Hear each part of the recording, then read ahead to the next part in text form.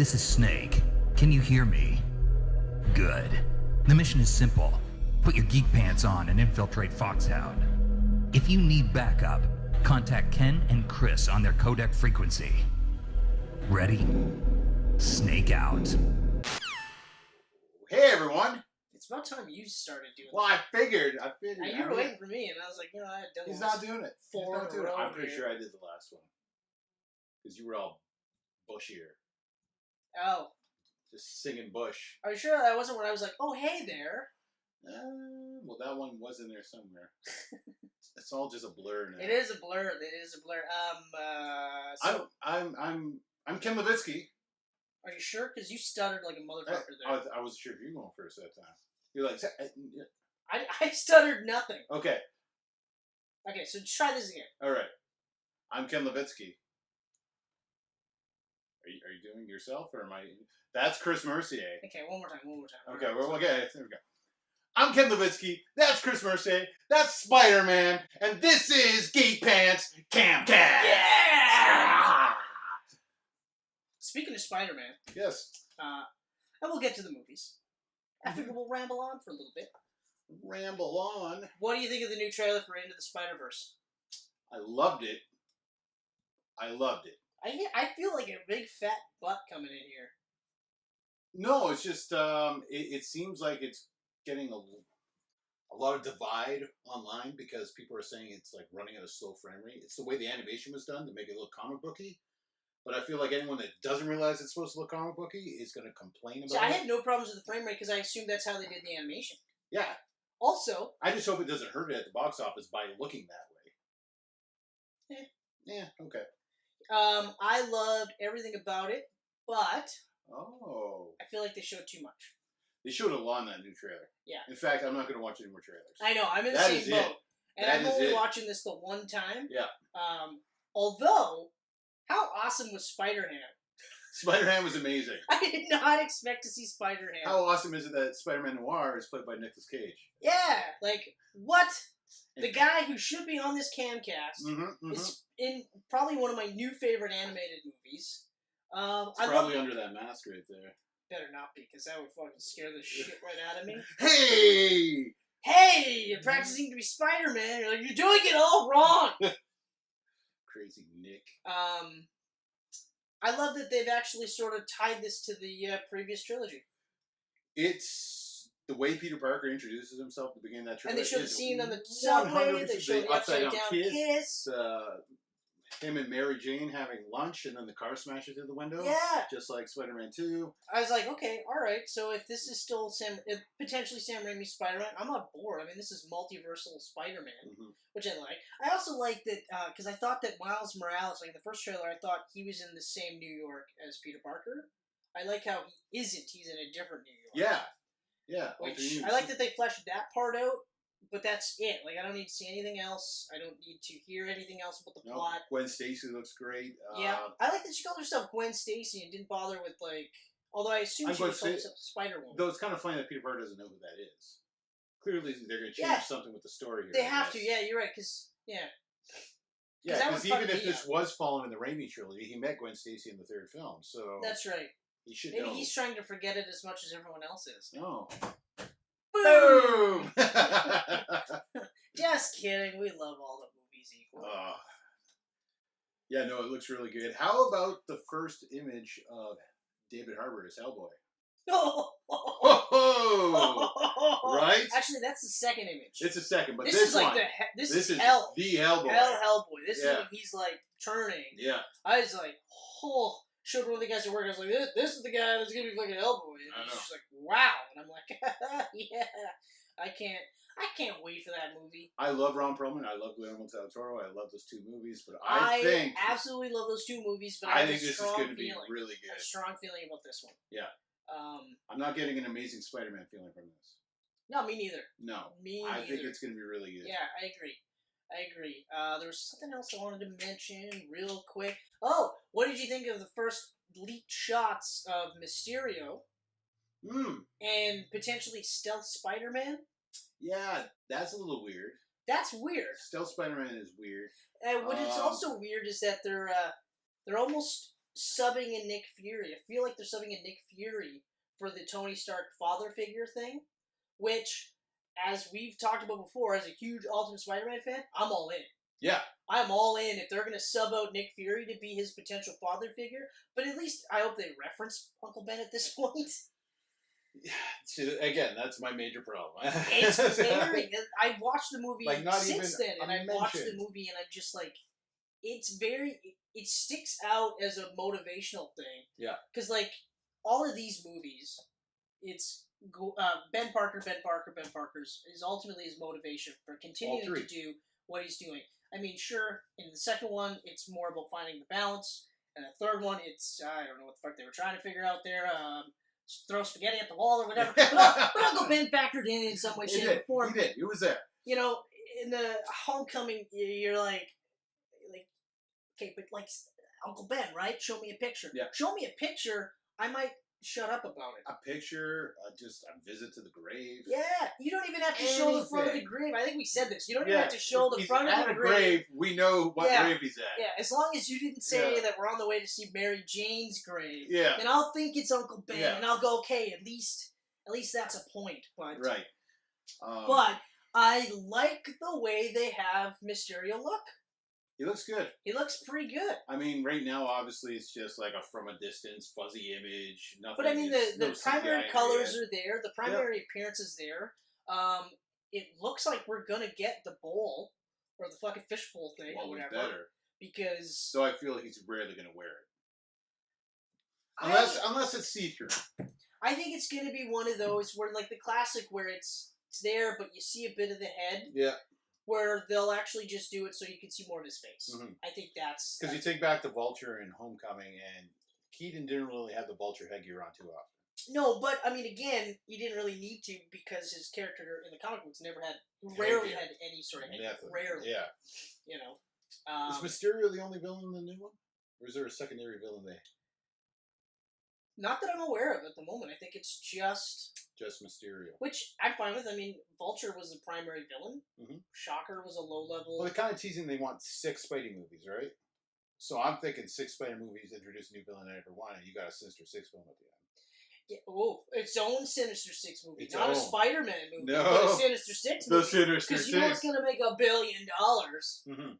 A movie about bad guys. Because that was going to happen. Though they called it Usual Suspects with Superpowers. Okay. Still. I will say this, though.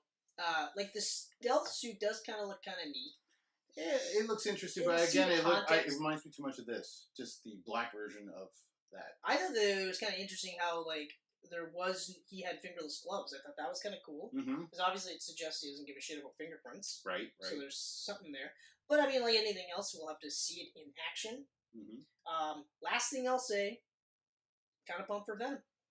I'm pumped for Venom. I read a non-spoilerific review, and it sounds like it's gonna be good. I've read no spoilers, but what I have read has been pretty negative. But again, everything just comes back to, ooh, it's not an MCU movie. It's not an MCU movie. It's no Spider-Man. And it's just like, come on, guys. Like, really? So, for me, primarily, my stuff is from What Culture. And it's a British, like, fan shit, where they look at wrestling and they look at comic books and movies and stuff like that. And theirs is like an ups and downs situation.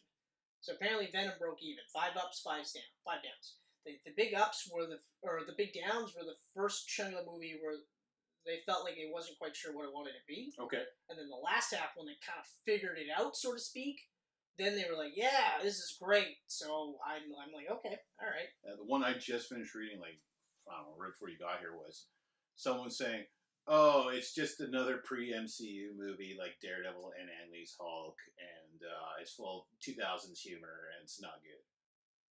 It's just like, it really pisses me off that all these Marvel movies that aren't MCU movies get shitty reviews just because they're not MCU movies. Yeah, Spider-Man's not in it, but you know what? The Ultimate Universe Venom had a really cool origin that could be done without Spider-Man. Yeah, and that's what they're doing with this movie. Daniel Way, Donny Cates' current run, no Spider-Man, and awesome. You know, Yeah, it's doable. The Clintar stuff that they're talking about Yeah. and everything. Like, I agree. So, I am no longer as skeptical mhm. as I am. Like, especially because even though the last trailer I saw did spoil the ending. Oh yeah. Yeah. Yeah. Yeah. But I'm still just like, you know what? Enough of it is. Even like that part where it's just like, hey, Eddie, you're not looking so well. It's just like, yeah, I got a parasite. You're like, yeah, that's kind of funny. That's funny. Because he does. If that's 2000s humor, then haha, I'm enjoying it. Yeah. I don't know. Yeah, well, you know what but we're going to check out Venom. That's going to be our next It is. Camcast, probably. So. Oh, yeah, that's right, because it wasn't even in the AVX, so you could technically pre-buy tickets, but... Did you end up pre-buying tickets or no? Not yet. Yeah. Because I thought about that, too. I was like, I was going to pre-buy it. I was going to, but, you know, the Lady Gaga movie's going to our AVX screen, so... We already talked about that. I tweeted. I made the modern day classic. humongous mistake of tweeting who the hell is planning this stuff when the Lady Gaga movie goes into the AVX and not Venom. Oh, man. And I got onslaughted by Lady Gaga freaks. Just like, people with taste, that's who. I was laughing. You're defending somebody who have a fucking meat dress. Mm-hmm. Yeah, it was funny. I love that you're just like, amid the misfortune. It's just like, well, what do you think was going to happen? Did you think, like, other people are going to be like, even Lady Gaga fans are going to be like, you know, you're right, like, it shouldn't be... It should be Venom. That movie that you want to see, that Venom thing about the, I don't know, snakes? Whatever the fuck with the poisons? That should be in the AVX theater. There it is. I don't even know what AVX is because I'm in America. It's big sound, big picture. It's ideal for a movie. And you go to the top, your butt vibrates. Yeah. I'm glad the one time we went there and they were disabled and we got those seats. Yeah, I guess they were just regular AVX and they sold those as... Yeah, they did. Because I remember like, oh, you buy D-Box. I thought you never wanted to do And this. I was like, no, I never ever wanted to do this. But it turned out that I actually didn't like those seats to sit in anyway. Yeah. I was like, I would prefer the other ones. I like what's D-Box. that? Spider-Man? Oh yeah, Spider-Man. What do you think of Venom? Do you think it's going to be good? He answered like Nicolas Cage. I don't want to repeat it. No. Something about nouveau shamanistic acting. And peaches. Millions of peaches. Peaches for me. Oh, speaking of Nick Cage, I forgot to give you guys, whoever got that Nick Cage clip with that fucking British talk show, where he comes out, I found that. Kick in the air and like doing backflips and just Yeah. really coked out of his mind. like literally goes from like jacket to like Yeah. no jacket. Yeah. I'll give you my shirt. I was like, what is happening? I know. I can't believe I've never seen that in my life. And my favorite is that he's young in this picture, Yeah. and he's already fucking insane. Yeah. Mm-hmm. He kept it together for a nice little chunk of time there, right? Yeah. He was getting big, and they were like, yeah, you know what? He's pretty cool. And he's like, yeah, I'm normal. Everything's fine. Don't worry about me. I did Vampire's Kiss. Like, I'm cool. And then he went nuts. I love that interview so much. That's a great It's interview. like, James, first time you're on a talk show, this is your entrance. Yeah, no I kidding. want to see kicks and backflips and just punching the air. Yeah. I love the energy. And him, like, alluding heavily that he's on something without actually saying he's on something. Yeah. I was like, man, this is great. If you guys get a chance, look it up. It's an older video clip. Maybe we'll put the link in. I will put the link underneath Let's our do video. that, because Yeah. it is just, Yeah. it is priceless. It is so good. If you're a Nick Cage fan. You don't have to be a Nick Cage You don't have to fan. be a Nick Cage You fan. can hate the guy and still love this clip. You watched Mandy yet? No, I haven't. Okay. You guys went back and forth, and like when Will's just like, yeah, I don't know, and then you were like, yeah, you're kind of right, but this part's good and that part's good. It's the middle part that's weird. I was like, so like, what do I do? But we didn't spoil anything. I'm not talking about spoilers. James was like, spoilers, guys. And I was like, nothing was spoiled. I know, you shut him down pretty quick. Nothing was spoiled at all. Well, where am I watching it anyway? Is it on Netflix? No. I rented it on the PlayStation Store. Oh, okay. All right. Well, we'll wait till it gets I somewhere. watched it through there. Blu-ray's coming out. It's like $12. So. You know what? I think I could give Nick Cage. Nick Cage. I think I can give Nicolas Cage. I think that's what I was trying to say. Yeah. $12. Not that he'll get it ever. No. Because it goes to the various people he owes money to. I think is he still in that boat? Yep. Oh, Nicolas Cage. What do you think about Nick Cage? Yeah, okay. He owes you money too, and I'm not surprised. That's what happens when you buy a fucking island. I love it. I love that too, and he was another one where he was just like, yeah, so my bookie was handling all my money, and I guess my bookie wasn't paying my taxes, and I'm like, why wouldn't you talk to your bookie about these kind of things and just say things like, I don't know, did you pay the taxes this year? Like a normal person? Mm-hmm. Yep. Instead of like, just assuming, and then years later they're like, hey, you owe this much, and he's like, are you kidding? I bought an island. And like 5 planes. I was gonna buy another island because this island got full of my shit. Well, this island's out. Let's do a whole bunch of shit movies constantly. It'd be great if it was like Skull Island and like from space it looked like his face. Oh like my god, Nick they would have to be Cage called Island, Cage Island. Oh. Have to be called Cage Island, but that would be horrifying. Oh god, that'd be awesome.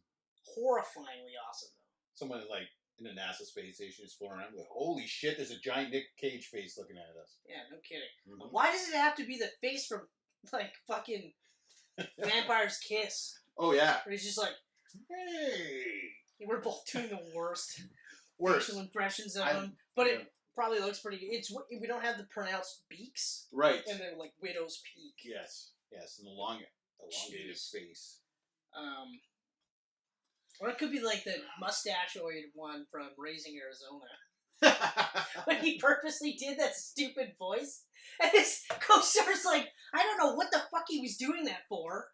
It was so annoying. He's in character the entire time. I love that so much. The whole time I'm just like, I'm listening to her bitch, and I'm just like, I don't care. That's fucking funny. That he just sat there and just out of the blue was like, I'm gonna give him a weird voice, but a method. Yeah. So I'm gonna be in character the whole time. And the second she's just like, what the fuck are you doing? He now immediately goes, oh, this is pissing her off? Sweet. Sweet. Press that button. Keep that going. Oh, Nick Cage. I gotta give, Nick Cage props because not only did he make Mandy this year, which apparently is getting rave reviews for his acting. Also, I've never once said he's a bad actor, though. I've never said he's a bad actor, but he's been doing those direct-to-video things, and everyone kind of just like, oh, direct-to-video, you're a shitty actor. Not actually watching the film. I've watched a couple of his direct-to-videos, and they're not good movies, but I mean, he's still being Nick Cage. Yeah. Like, Mom and Dad was a lot of fun. Yeah, that's what you said. You said that was a lot of fun. And Mandy, Mandy was one of those movies where I was like, do I love this or do I hate it? It's like, it's very strange in that aspect, but I can't stop thinking about it. Okay. So that's a good sign. That is actually a really good sign. Right? So, could be another Fight Club. Yeah, you said that before, which is like another Fight Club, which, that movie is still pretty fucking kick-ass. On top of doing Mandy, the guy played Superman and Spider-Man this year. That is his crowning achievement. Superman and Spider-Man in 1 year. So suck on that. Suck on that, Nick Cage. All the other guys. Or Nick Cage. Or Nick Cage. Or Nick Cage. Suck on that, Nick Cage. Yeah. Yeah. Okay. Hey, so on to movie 1. We had no Insta questions today, so let's do it. We have no Insta questions? No. Not even like Insta questions. Made up ones? Not even, well, I mean. Because I made up some? Bob Barker wrote in. Oh, he did? Yeah, not the demigod Bob Barker, but just some other guy named Bob Barker. Okay. Anyway, what did he have to say? He was wondering. I got that. Yeah, okay. What alternate version of Spider-Man is your favorite? I don't have a favorite. How tall are you compared to Sam Raimi? I don't know, probably. How tall is he, actually? He doesn't seem like someone that would be tall. No, he doesn't. But then again, 5'8", maybe? Tobey Maguire didn't really 5'7", seem like he was that tall either. No. I think he's probably around 5'9" or something, too. 5'8", 5'9", somewhere around there. Yeah. So that's that question. That's that. All right, we're going to go on to 2002 2002. Spider-Man. This one, I gotta say, like, I remember watching this in the theater with you. I remember, like, leaving work from Walmart early and practically running to get to the theater to see this with you. And just being like, holy shit. Because we watched trailers, and when you see him in the trailers swinging around, like you saw him in cartoons, and how you envisioned he did in the comic books, it was unbelievable. It was absolutely unbelievable to see him do that. Where do I begin, though? There is so much. First off, this was the first film to ever make over 100 million opening weekend. Yes, that's ever. Right. That's it made right. history. So when I went online Monday morning to Box Office Mojo, like I always do after a weekend, I know I've been doing that like crazy lately. and I saw it made 114 million. I think I actually called you. Yeah. Because I was so excited. About it. Because I was like, "Oh my God, Spider-Man!" I think that was the first time we've ever even like talked about box office draws or anything like that. Yeah. Because I don't remember we did that with X-Men. We didn't really talk about it. I followed X-Men. I followed box office because of ever since my grandparents owned that store in Kakabeka and they had the movies. Yeah. They bring me the movie catalogs that they ordered from. Yeah. And under above each VHS image in the catalog it would say made 70 million at the box office. That's right. And I was always so intrigued by that. I remember that. Yeah, I remember showing me that. Like, and what does that mean? But like this blew me away. This blew me away. I watched that 8 times in the theater. Yeah. I watched the one time because I was also poor. Times. But 8 times in the theater. I remember that was one of the first ones that I bought right away. I love this image too. That's a great image. That's a great image. This is such a great image. You know what poster I always wanted? Which one? It goes for a lot on eBay now. It's the original theatrical poster for this film, where it's just his face, and in the glass, yes! the Twin Towers. Yes!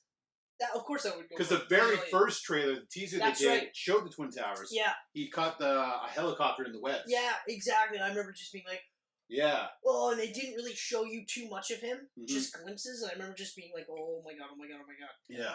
And like I said in the previous one when we talked about our favorite comic books, this was like one of those heroes that I grew up with, like idolizing. Like I loved Spider-Man. I remember, so stupid, but I remember like I had a red winter jacket, right? So what I would do is I had a red toque, winter jacket, red gloves, blue sweatpants, nice, red socks pulled up as boots. That was my Spider-Man suit. That's amazing. It's winter Spider-Man. Yeah, but I would do this like running around in Alton Road in the middle of summer. Still awesome. I know, it's pretty still awesome. freaking badass. I don't even know why I thought about that. And then, like, awesome. even so much so that when Eric Larson took over, and when he drew Spider-Man, his Spider-Man was predominantly red and black, like Steve Ditko. Right. I alternated to have black sweatpants. Oh, the Larson uniform. Yeah, and I did the thwip. Yep. Oh, by the way, Into the Spider-Verse. Yeah. Hilarious when he's just thwip, like, and thwip. See, you got two at the same time. I was like, that's awesome that he sang thwip out loud. So we got the first trailers and stuff, and we're all super excited to see the live-action movie of one of our childhood heroes. And I remember feeling like this the same way I felt like when I watched X-Men. Yeah. You know, just being like... Oh, same here. Because holy fuck, I was pumped for X-Men because it was Wolverine. Yeah, but I was too, because I loved Wolverine. Spider-Man was going to be on another level. You're going to see him swinging through the skies. You're going to see Green Goblin flying through the skies. Like, it was going to be like... Oh. Yeah, exactly. And even, like... Right away, even like I was, because we're comic book fans, so we're sticklers for the costume and stuff. Yeah. I remember even right away, I was all right with Green Goblin. I remember just kind of going like, it's not what I pictured, but I'm okay with it because the mask still looked similar to the Goblin mask. Yeah. Right? And even when like you read it and it's like a biosuit, not a biosuit, but like an actual like body armor type thing, and it's a which made sense for the story because he was designing for the and government. I remember just being like, okay, all right. But one of my favorite things they did in this movie was that like they would have the green sort of shimmer based on the light or on the angle. Yeah. So depending on the angle, you'd see the purple. Almost like headdress type of thing. I don't know what the hell that sock, whatever the fuck that thing was for the longest time. Yeah. Jester hat, I guess, would be the more thing. But I remember just seeing little hints of purple around it and just being like, that's a really cool touch, you know? And then, of course, the Goblin Glider. Yeah. Which looked great. When I rewatched it recently, I remember just thinking to myself, that's an odd move to make. Like, you're trying to recreate the super soldier serum and ultimately make better soldiers. So then you have a glider. With absolutely no protection. No protection. At all. Yeah. And I remember just, like recently I literally was like, that is the first time I ever thought, that's your move, Norman? Everything else is fine. The body armor, the steroids, but we're not going to call it steroids. Yeah. That's all that lines up. This, I don't know. Well, look at his competition though. Like when they do the test of his competition, it's like big giant suit thing. I agree. The competition is fucking lame. Hilarious. And it would have been hilarious if it was Justin Hammer Industries. Oh, that'd be great. That is too much. That'd be foreshadowing and a half. That'd be really funny. But one of the things that struck me right away, like all the fanboy stuff, because even when I first watched this movie, I remember right away not liking the really sappy romance aspects in this movie. Okay. And I think it comes down to Kirsten Dunst not being as good an actress, period, and the chemistry between them not really being there. Because even though, like I've said before, that Amazing Spider-Man 1 and 2 are like terrible Spider-Man movies and mostly terrible movies in general, the chemistry between those two is really good. Yeah. Really good. These two, not so much. Okay. So typically, I fast forward through those parts. Ah. Okay. Okay. Not in Spider-Man 2, and not in Spider-Man 3, but for some reason in this movie, it just kind of grates on me really badly. Interesting. Yeah, I don't know, and it's never changed. Like I remember, still kind of being like, I don't know how I feel about that. But what do you think of Kirsten Dunst, Spider-Man? Sounded more like a swing. Yeah. Yada. Anyway, maybe some people will get that reference. If you get that reference, put that in the comments.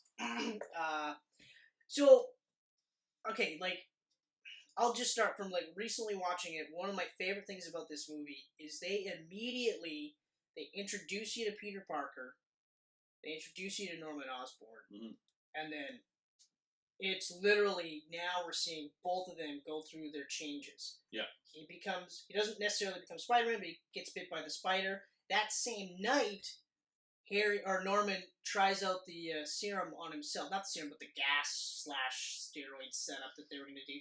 Tries it on himself. In one day, you got the creation of, the potential creation of Spider-Man and the potential creation of Doc Ock, Green Goblin. Yep. And this was, and I referenced the Dark Coin flip or whatever in our Dark Knight review on YouTube, on the Camcast, on the SoundCloud, Facebook, Instagram, iTunes. I was reading about iTunes. It's there. Yeah, it's there. So, but this one is so much like, this is a blatant, like, two sides of the same coin. And I think that's one of my favorite parts about, especially in the Raimi movies, is that a lot of times the villains are what Peter Parker could have turned out to be like. Right. Had he not had Uncle Ben in his life. Yeah. You know?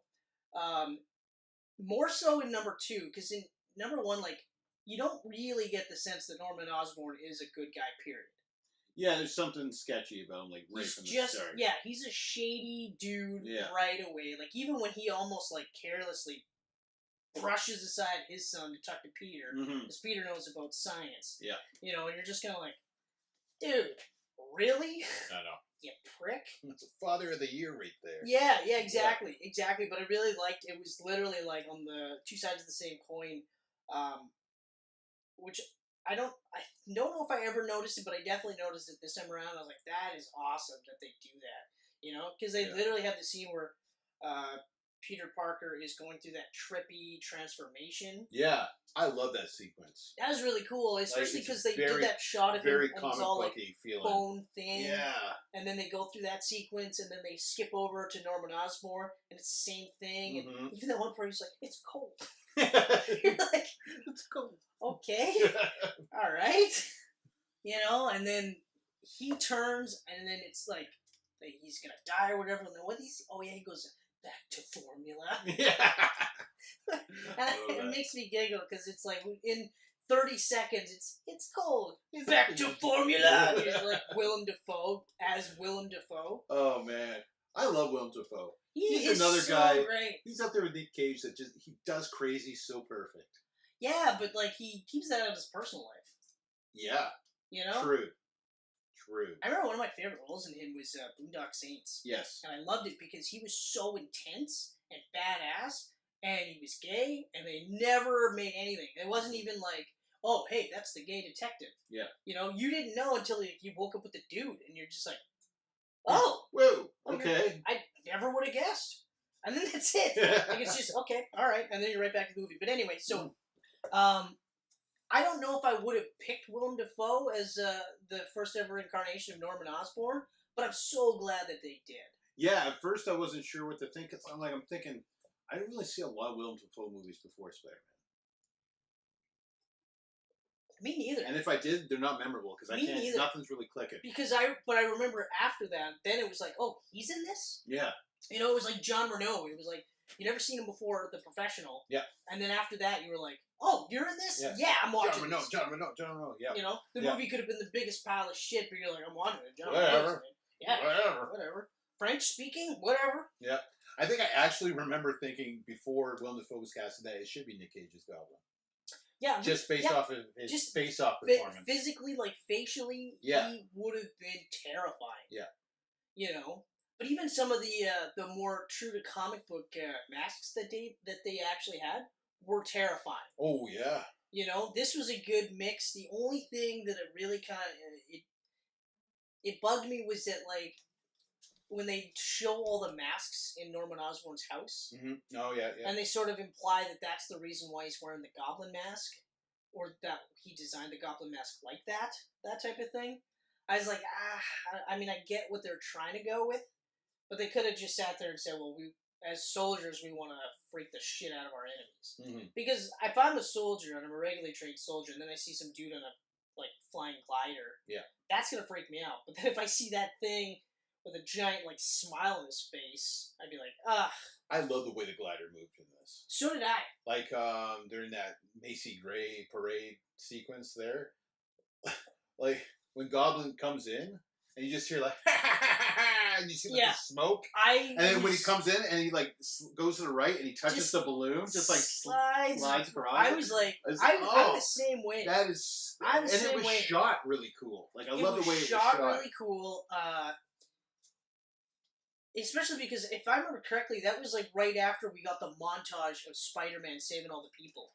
I believe so. Yeah. Because then, like, the flip side was that we had the montage of him saving all those people, and then the other side we had, like, Norman Osborn getting shit on by the shareholders, the board and stuff. Exactly. They're like, you're out. And he's like, what the fuck? Yeah. You know, and then, like, this is going to be such a scattered camcast because it's really just us going, like, at this part... Yeah, that part, like, you look like you've got some structure I wrote some notes down. But I mean, I've seen the movie so many times, right? I know. It's basically, these are things I want to remember to talk about. Mm. I feel like it's still aged well. It still looks really good. It's still aged really well. There's a couple parts, like, with the swinging through where you're like, okay, CG. But, I mean...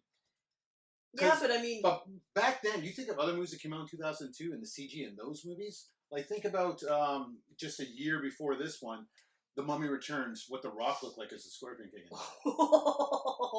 That's bad. Oh my god. That's bad. So the fact that they pulled this off like, only a year later, like, it's amazing to me. Like, but another thing that really blew me away, and I always remember this in Spider-Man 2, but I never give the other two movies credit, is how much CGI to live action is actually there. Mm-hmm. You know, this isn't like a constant over-reliance on CGI. Yeah. Excuse me, Raimi is doing his absolute best to do what he can with live action. Mm-hmm. So there's scenes where you see Peter Parker or Spider-Man, like, literally live action on a wall. Yeah. You know, and I mean, I'm sure they shot it sideways instead of right side on. Yeah. But even still, just to do stuff like that instead of constantly having it be CGI. Well, that's why Sam Raimi was such a perfect guy for these movies, because he is a practical effects guy. Yes. If you look at the Evil Dead movies, there's no CG. Like, well, that's exactly. all practical effects. That tree was alive. Yeah. Oh, yeah. When it had its way with that woman. Yeah. Consensually, I believe. Yeah, absolutely. Hashtag tree 2. I can't believe I just said that. Gonna remember that for our Evil Dead episode. What's somebody thinking of trees? Anyway, Sam Raimi. He was so good across the board. Like, even in number 3. And number 3, like, it's not that he was bad by any means. There's just a lot of shit going on backstage, behind the scenes type of thing. Yeah. One of the things that I will say though, this used to be my favorite Spider-Man costume, live action. Mm-hmm. Okay. Tom Holland's is now officially bumped it. Okay. Here's why. So the brighter colors for one. All right. Okay. But, and I think I said this in once or twice in the previous ones, this intricate line work and the reflective mask, while I loved when I was younger, now I'm like, how would the kid do this? Right. And why would he think to do something this distinct, this pronounced, right? Like, if you look at Holland's costume and then Stark's inspired version of his costume, that makes sense, right? Like, even his initial Spider-Man suit, when it's the face mask and the sweater, and he makes a point of having the stylized spider on there. Yeah. That's another one where I'm just like, why would he think to do that? You know? They don't really show him reading comic books. You know, like, at least if you read comic books, then I can go, well, yeah, that's where you got the inspiration from, right? Mm-hmm. You know what I mean? Whereas, but even just this, like, the Ultimate Spider-Man, they actually had it where he originally wrestled in a mask and a sweater, and then the promoter gave him this suit. Didn't have the stylized lines, the webbing or whatever, but the prototype of the suit was there, and I was like, that actually makes sense. That's really cool.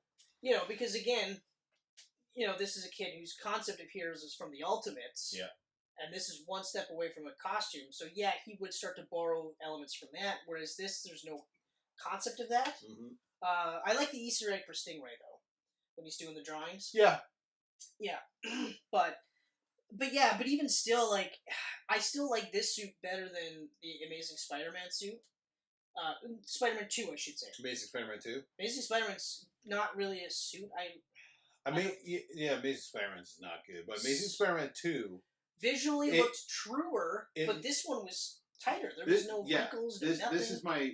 I prefer this one over that one. Though, Amazing Spider-Man 2, it looked really good. It looked really good. It looked like Todd McFarlane's Spider-Man pulled off the page. Yeah, it looked really good, and if you were a huge Todd McFarlane fan, then you would have been like, yeah, that's awesome. Yeah. I was more Larson than McFarlane, even though I loved McFarlane. Right. I was more Larson. Mm-hmm. And I feel like Larson would be more like this guy. Yeah, right. But the other thing that really is the stylized spider, too. Okay. You know? Yeah. Because, all right, like, it goes in line with this. But again, okay, so he goes with the stylized spider, but to that thickness, like, when you see the costume in movement, you're like, that's pretty thick webbing, right? And then here, the spider gets bigger, you can't see it, but the spider gets bigger, and then here, it's the biggest. Yeah. And again, like, across the movies, it's like, well, why would he make that bigger? You know? I mean, I always like this about the webbing, though. The way the sun reflected off it. So, like a silver shine to it sometimes. I'm glad you mentioned that because I was going to bring that up, too. I found that when I was watching all of them, when they did stuff like that, that actually distracted me. Oh. Just like when they made the webbing really shiny, that distracted me. But it also distracted me because, surprisingly, the webbing was the CGI aspect that held up the least, in my opinion, which was really weird. I agree with that. With the first film, for sure. First film, for sure. Yeah. Second film was... I felt that they muted it a bit. Yeah. But there's still a bit of the shimmering, and I don't know why, but I was just kind of like, I don't know. I don't know why I never noticed it before, but I guess a little bit more discerning eye, and I was just like, you know? But, and the less we say about the third is always the better. Yeah. The webbing, I remember when they changed it for the film, when they made it organic. Yeah. I was like, weird. Makes sense, I guess. Makes sense, though. I mean, if it's gonna be like, okay, you got webbing, he's gonna be shooting out with his ass, not his wrist. Yeah, but you know what? The way I see it is, I mean, if you can accept that the guy can get powers from a spider, then why can't it just? Why not? Why wouldn't it just make sense from a human's standpoint, right? I ended up really liking that aspect, though, and I was actually happy when Straczynski introduced it into the comic books. I remember it took me a little bit too, and I remember because we grew up and it was always just one of those things, and it also made for a little bit of a possible suspenseful thing because now it's like, well, I got to change the cartridge. Right. It's kind of neat, kind of cool, and it also added to him being a really smart guy because he created the webbing, you know, and even in Ultimate. And even in Civil War, you've got Tony Stark saying, like, yeah, the web's there, you created it. He's just like, yeah, well, you know. And you're just like, that's really, really smart. But yeah. I did like that it was organic. because it almost took that one aspect off the board at the same time. Yeah. We talked about them making it their own, and this was kind of one of those things. And I liked they did it. that And they added that in the comic. I actually, yeah, I mean, I liked it. Though, when I was rewatching these last week, I mean, it's probably like the 20th time I've watched the first two movies. When he was swinging and the webs are just left behind, I'm just like, it's basically just a splooge all over the That's fucking gross. walls. Why would you? That's so gross. I think about it though. It's coming out of his body and he's just letting it dangle all over the place. He's got fucking body fluids everywhere. Yeah. It's kind of a gross. They could have had something where when they you think about where it, you notice that it disintegrated after a while. At least there's that, but that is pretty gross. Especially because in the first movie they're using the web shooters as an allegory for ejaculation. Pretty much. Which is one of those like, really guys, you have to make that joke? You know? I love that part though. He's trying to figure out how he did it. Yeah. Like, go web, go. Yeah. And it's like, he's all like Shazam.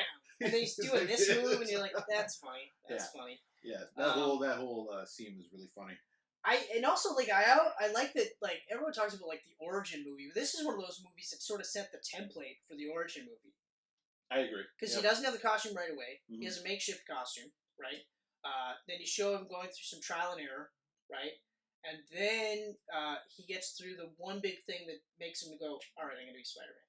You know, not just I'm gonna be a wrestler and make money and be a big shot. And that's one of the things that I really like in this movie is that I like how they sort of give you the impression that up until Ben dies, Peter is very much on his way to becoming a giant douchebag. Yeah. You know? Oh, yeah. The first thing he does when he gets these powers is beat the shit out of Flash Thompson. Yeah, which was Joe Magdalene. I know. I was like watching that. I was like, Flash looks really familiar. Who is that? I couldn't place it, and then I saw the credits, and I'm like, that's hilarious. Isn't it amazing when it's so funny when you watch old movies and you see these stars that are big now? Yeah. Like they're starring roles like where you never paid attention. Never mind that it's a high school movie and everyone's in their fucking 40s. You know, but like and it's not like the first thing he does.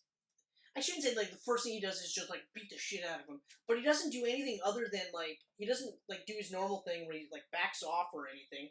He full on just like he reacts to his spider sense, which is fine, and then like lays him out, and then right when he lays him out, he's not like, oh shit, he's just like, right, and everyone like, you know, they're like Harry and Jerry are kind of scared of him, and well, yeah, because it's not even just like the escalation, and I'm not saying that he should have been bullied, and I'm not saying he shouldn't have fought back, but the escalation didn't match where he was at, right? Right. And I mean, we could talk about build up all day long, right? And Ultimates handles the same thing. He does the same thing. But like, even when he's wrestling, you know, he's not holding back against Randy Savage.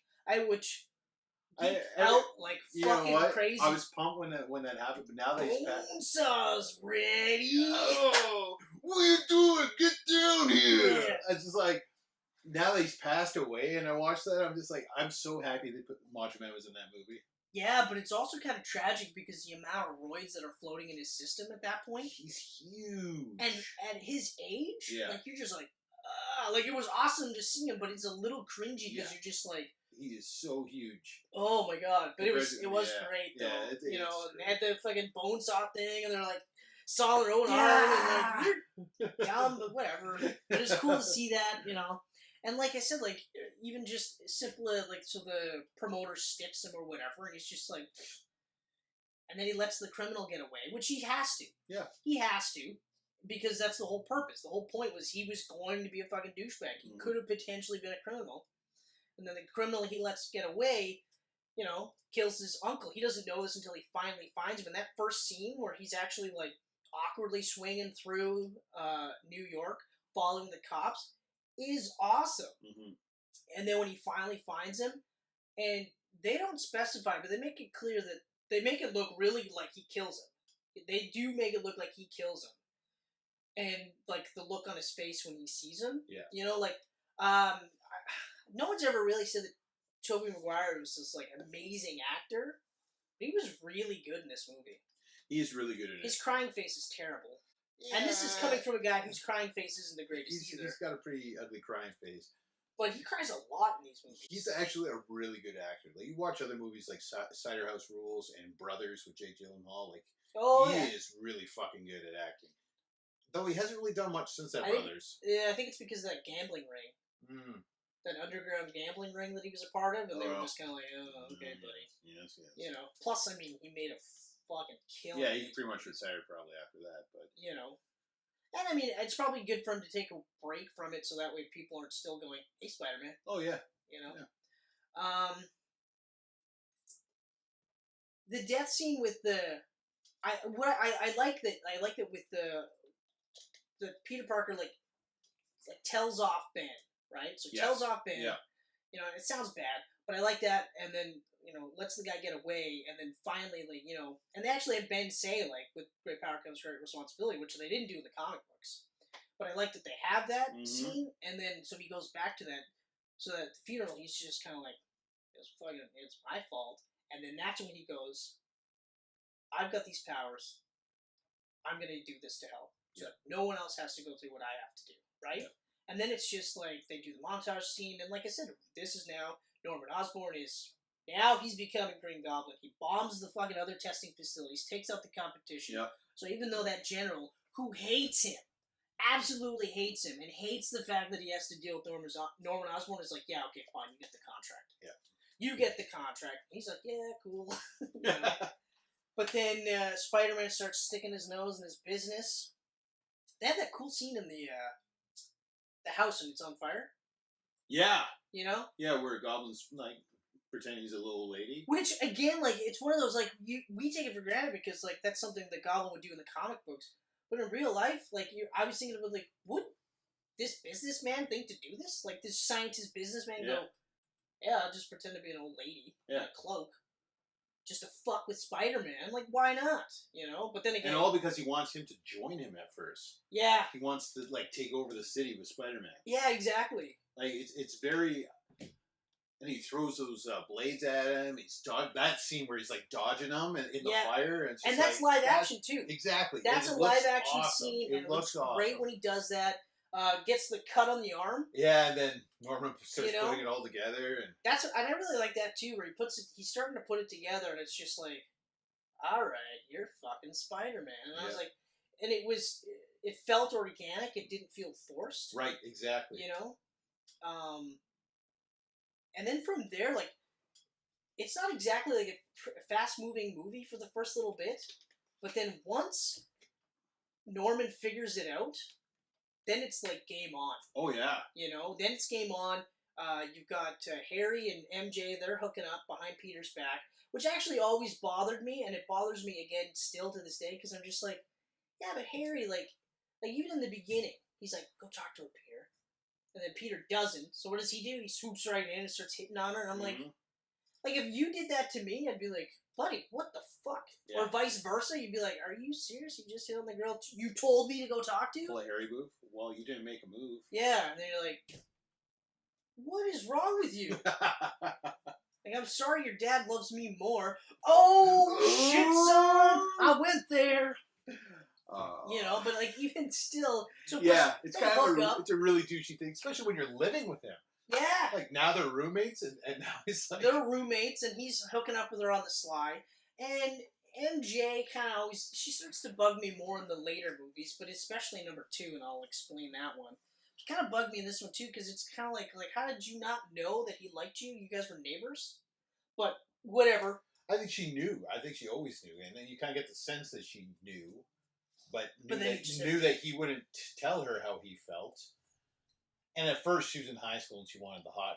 Yeah, well, that's just it, right? Sports car, right? Yeah, exactly. Not the nerdy kid next door. Right.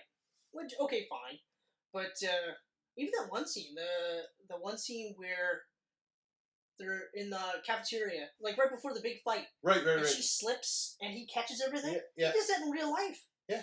I think it took like 196 takes or something ridiculous, but when he finally got it, I bet he was like, okay, I'm going to my fucking trailer. Yeah. I'm getting hammered. I'm done for the day. This whole fucking thing, you know. Holy fuck. Yeah. I was just like, wow. Like, I didn't realize he did it, like, himself. And I thought, okay, that's really cool. No tricks, no nothing. But, Anyway, yeah. So like I said, once Osmond finds out that he's Spider-Man, then they ramp up and they come to one of my favorite scenes in the whole movie. Is when Goblin kidnaps Mary Jane. Yep. And then you have Spider-Man getting to the subway car. So two hands, subway car full of people.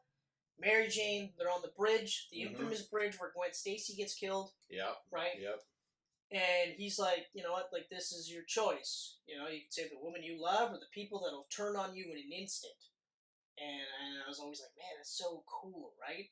And so what happens? Spider-Man kills Green Goblin. That's what happens. Oh, wait, sorry, this is not a DC movie. No, this is an early Marvel movie. Yeah. What does Spider-Man do? He saves them both. Yeah. He saves them both. And, like, now you're getting that first instance of now New Yorkers are like, that guy's trying to save my life.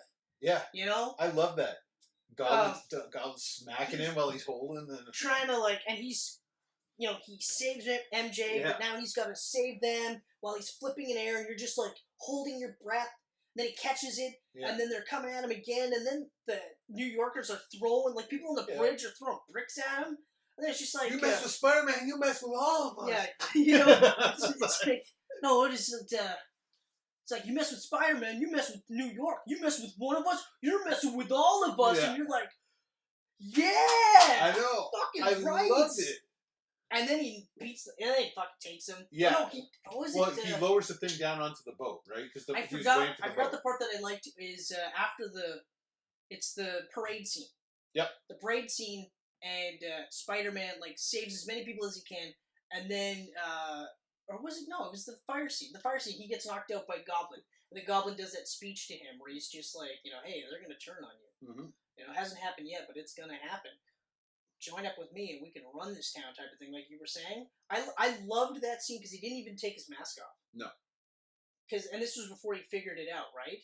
He didn't take his mask off, and then when he figures it out, then it leads to the subway scene. Sorry guys. Sorry, got a little confused here. Whoa! So then it gets to the ending where he throws him through the building and stuff like that, and now Spider-Man's mask is all ripped up. Well, because he throws the bomb, and it's like... throws him through, throws the bomb. That slow-mo explosion. And just with his face just going like... So now you've got a ripped-up costume, ripped-up mask, and in retrospect, because we're almost begrudgingly accepting how they take their mask off all the time, this was have your cake and eat it too. This was, his mask is still kind of on, but now you get to see the emotion. Yeah. Now you get to see his face. You know, you don't have the eyes that can go up and down because they made that choice not to do that. And then you have this scene where Goblin is kicking the fuck out of Parker. Spider-Man has nothing. Oh, he's beating the shit He has out of him. nothing. Every single thing he's trying to do is not working. You know, Goblin has just got his number, and then finally, like, Goblin does that line that does him in where he goes just like, hey, like, you know, I've always been like a father to you. Exactly. Be like a son to me now. And he's just like, I have a father. His name is Ben Parker. And then beats the fuck out of him. And I was like, yes! Yeah. You know? You see, like his helmet getting dented in. So, like, again, getting back to Homecoming, when he's under all that rubble, if they flashed a picture of Ben Parker, he doesn't have to say with great power comes great responsibility. No. But if they showed Ben Parker, I would have been like, yes! Right. Because that's his motivation for being a hero. That's forever going to be the thing that's missing. I really hope that they touch upon it in Far From Home. I really hope they do. I hope so too, but I mean, like, I don't know why they did it. I don't know why they didn't either. It's always going to bug me. It's always going to bug me because it... I mean, like, I know that they wanted it to stand on their own 2 feet. I get that. And, I mean, that's part of the reason why we didn't get another, like, actual Ben Parker death scene. Yeah. Which I'm fine with. Mm-hmm. But... like, reference. That's all I'm saying. But I love that he's like, my father was Ben Parker. Yeah. Oh, and beats the fuck out of him. But it does lead into the one really, like, every once in a while, Raimi does these things where you're just like, why would you do that? And it's the scene where, so Goblin is beat up, helmet's off, you know, and now Parker knows that he's hit Norman Osborn, and he's like, well, I can help you, blah, blah, blah. And they've got the glider with the blades coming out, and it's coming up behind him, and just as it's about to hit Spider-Man, he flips, well, right before it hits Goblin, he goes, oh. And it's just this funny little thing, but you're like, why would you? I didn't mind that. Because he's like, it's just weird. Godspeed, Spider-Man. Yeah, it goes from that voice where you're just like you're chilling. Oh, and then boom. Oh. But then while he's dying, he goes, "Peter, don't tell Harry," and I love that. I love that too. I really like that. I hate that. And he held that throughout the whole trilogy to not tell Harry, even though his best friend hated Spider-Man, which is him. Oh my god! Yeah, like that. I mean, that would. But I even love that scene too, where like had Harry not seen Spider-Man drop him off, but I mean that was just like there's so much good in this movie that, like I said, like I'll just fast forward through the sappy romance stuff, like. Yes, you know, like Although I love the ending. I love the ending where she's just like. Right. I guess I've always known. I've always loved you. I want to be with you. And he goes, I will always be there for you as a friend. As a friend. And then she goes, just a friend, Peter Parker. Yeah, and then it's like that walking away, and he's just like, this is my gift. This is my curse. Yeah.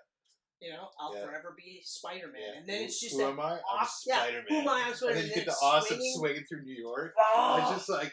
Oh, and then you get to this on the flagpole at the end, and then he does that classic pose pulling in, and it goes through the eye. I was like, holy shit.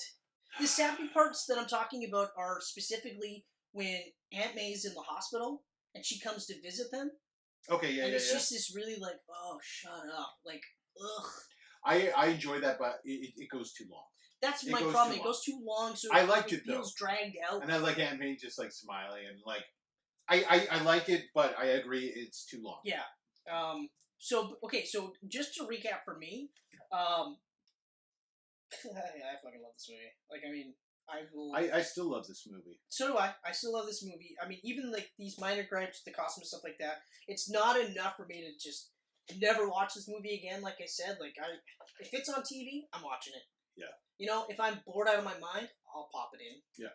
It's so good. And not even just because of all the nostalgia stuff, but because, like, it's just such a really good Spider-Man movie. Mm-hmm. You know? It is. It's... I'll go through my my point form notes here. Yeah, and then I will chew them up. Chew them in. Okay. So, I'll see. So, Tobey is still my favorite Peter Parker. Because a geeky, nerdy kid is how I envision Peter. I mean, like, these movies... Yeah, but I mean, Tom Holland's Peter Parker is a geeky, nerdy kid. Yeah, but he's a modern geeky, nerdy kid. And that's the thing. Like, to me, like, I'm always going to think of the Peter that was created in the 60s and the 70s and the 80s. Not the more modern take that Amazing did, and then the modern take that Homecoming did. The Amazing one, I'm like, fuck that shit. Oh, fuck man, that shit when I saw him skateboarding, I was like, that's not Peter Parker. Yeah. They did it wrong. I don't know.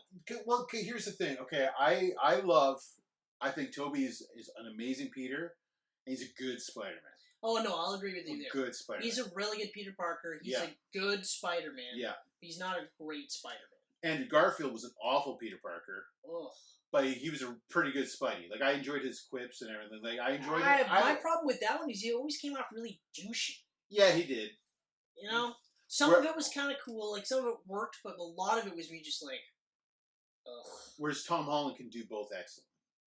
Yeah. And that's the thing. Like, he's my favorite Peter. I feel like Holland's Peter Parker, though, if you take him out of that class for geniuses that he's a part of, he's a nerd. Like, they're not, like, the one scene where Ned's just like, I got the, new Lego Death Star, and the girls are like, lame.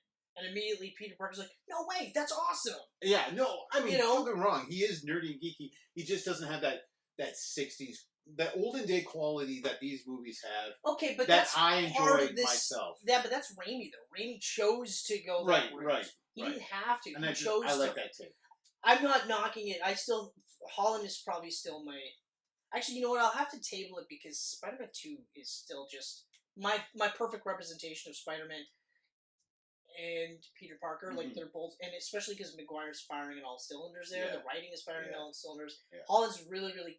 They're probably neck and neck right now. Yeah. Far From Home might edge... no, because Infinity War actually really put it over the top for me. It's still... No, that's fine. I'm just like... Yeah, but anyway. Okay. Let's see, what else I got here? Willem Dafoe was awesome. He's menacing and creepy, just really great. But even the aspects where, like, because I know they tried to play it like it was a split personality. Yeah. Which I still am not the biggest fan of. The mirror sequence was awesome. The mirror sequence is when he the was only flipping time back and forth in the where mirror. that's really cool because it's literally like you have him like, oh, and then he's just like stand up like a man. Yeah. You know, and you're like, oh man, that's really cool. But I love this. One of my favorite scenes is when he's like fresh out of the fire sequence and he's just like this in the helicopter or the elevator going to the Thanksgiving dinner. He's just like, and then the little looks he gives to Aunt May when she swipes his hand, he's just like, I can do whatever I want. How dare you? I can kill you with a Defoe spike. is amazing. Defoe is so good in this movie, like I said right at the beginning, that I'll watch anything he's in because of it. Yeah. You know? Or when I see him in movies and I don't realize he's in it, I'm like, oh! Like in John Wick, I was like, yeah! All right! Yeah. Please don't kill him. Kirsten Dunst, I enjoyed as MJ. Because I'm more into romantic stuff than you are, I think. I'm a sap for that kind of stuff. I did watch 27 Dresses. So did I. Yeah. Twice. I think about twice. But I enjoy both the same in the romance aspect. It's just, like I said at the beginning, I don't believe the chemistry in this movie as much. Right. It's more so in the second one. There's moments in this where I feel they really click, but the second is a perfect. Like they really match up great in the second film. Yeah. But I enjoyed her story throughout this whole movie, like seeing her as you know the cool girl at school, but then you see her home life is awful. Yeah, and that's she's got to get out of that home and do her own thing in the city, and she goes to the period of time that elapses. She goes to be on Broadway, but she's waiting tables at the shitty restaurant. Yeah, no, I agree. I think that's actually she had a great arc in this film. She did have a great arc. You're right. That is actually pretty cool. And you're right because they do kind of dirty her up a bit. Yeah, and they never do that in the comic books. It's always just she's always been like the elite. Exactly. You know? So this is model like. Which you never bought. Attainable. Which you never bought like a geeky kid like Peter would be with like this amazing, beautiful model, perfect. Are you kidding me? Like he's ripped though. Yeah, I know, but like personality wise, you don't believe it as much. It's hard in the to believe, books. even though we grew up with them being married. Yeah. So we just kind of accepted it. Right, because she kind of, I mean, they clicked more later on in the comic books, but like originally when she was introduced in the comics, like, oh yeah, you never bought that. Well, no, and whereas and not here only that, you can believe it. He didn't pursue her for a while though. Yeah, well, he was doing the Gwen thing, right? Yeah, and then even after that, he didn't pursue her right away either. Which made sense because Gwen died. Yeah. Yeah. So I mean, I enjoyed that. James Franco, I enjoyed seeing him here as Harry, and I thought, you know, he grows. He's got a great arc throughout all three films. Yeah, he does. He not really so much does. just this one, but the whole trilogy. He really does. He's got a full. He's got circle. one of the better. He's got a full circle one. Out of all of them, he's got one of the better ones. Mm-hmm. So he was really good. Rosemary Harris and Cliff Robertson were perfectly cast as Amy and Uncle Ben. Like, holy shit! Perfect. Holy shit! Especially because, like we talked about, if you're gonna mine like the original sort of like 1960s, then casting a much older Aunt May and Uncle Ben works perfectly. Mm-hmm. You know, yeah. I mean, so good. They're great. So I mean, good. and they're great actors too. And he's still alive. Is he? I believe she is too. They're both still alive, or he might have just passed away. But they look like they were pushing 70 at least in this movie. Yeah. So she's still alive for sure. Because I just saw it and I was like, oh wow, she's still alive. I'm almost certain is still alive. Okay. Luckily for them, they don't look too far off from what they I mean, so they were both great. Danny Elfman's score is incredibly memorable. It takes just enough hints from the Batman score, his Tim Burton Batman score, and then makes it its own thing. And it's a great score. Don't forget the Asian woman. The Asian woman. Spider-Man. Oh, Spider-Man. Yeah. Is that the second movie though, right? She's in both. Is she in both? She's in both. Because in the second one, it's "Where have you gone, oh Spider-Man?" She's great. My favorite casting in the whole series is J.K. Simmons. Oh, as J. Jonah Jameson. He's not too in the first one too much, but his role gets larger throughout. Yeah, but like he's in just enough because I'm even in the theater. I remember we were both just like because like when he was cast and they showed us a picture, we were like, okay, yeah. And then when he opened his mouth, that was it. Yeah, that was it. Parker. You know, and it's like I feel bad for anyone else. Yeah. The only other depiction that I've seen recently that has really been really, really good would be the shock jock version in PS4 Right. Spider-Man. Right. Because that was really good. Yeah. Like, No, the sound, the cadence, how he projected, everything, it just was great. But yeah, J.K. Simmons was just... Yeah, he's amazing. And I mean, like... so good. And I think that's the reason why J. Jonah Jameson wasn't in Amazing. That's why he hasn't been in Homecoming yet. Is how the hell do you top that? I say just cast him again. I'd bring him back. I honestly... Cast him again. If I was Marvel Studios, don't even think about recasting that. Because, like, what are the odds it's going to be Jim Gordon again, really? Yeah, that's not happening. You know? And that was a weird casting anyways. It's actually... Especially when he got friggin' jacked. That's the part that made it weird. And he's in a trench coat the whole movie. Yeah. I don't... You get no sense that he's got these gigantic guns under his jacket. Yeah. So it's like, why would you do that? It made no sense to me. I don't know. But he is amazing in this. Yeah. It's hard not to smile for me. It's hard not to smile throughout pretty much the entire film because I feel, and I was talking to you about this, and you questioned me on Homecoming and stuff. To me, this movie has so much heart to it. No, it does. It does. And the more we talk about this, like I said, and even just watching it, I do still really love Homecoming for all, like, a lot of the parts, but not as a whole. Like, it's still a great movie. Yeah. It's a Marvelized Spider-Man for sure. But I mean, like I've said, I don't like the Tony Stark aspects. I don't like how there's no mention of Ben. Like, they almost like go out of the way not to mention Ben Parker. I know. You know, and like there's scenes that for me would have been more powerful if that was the driving force. So like when I watch this, like, it's refreshing because you're like, well, yeah. Or reading Ultimate Spider-Man, even that updated version, that's still, you know, the impetus. You know, I mean, like, it ends with him saying, "I couldn't save Ben, but I saved you." It's like, oh, yeah, well, fuck, man, that's awesome. So, yeah. It's so good.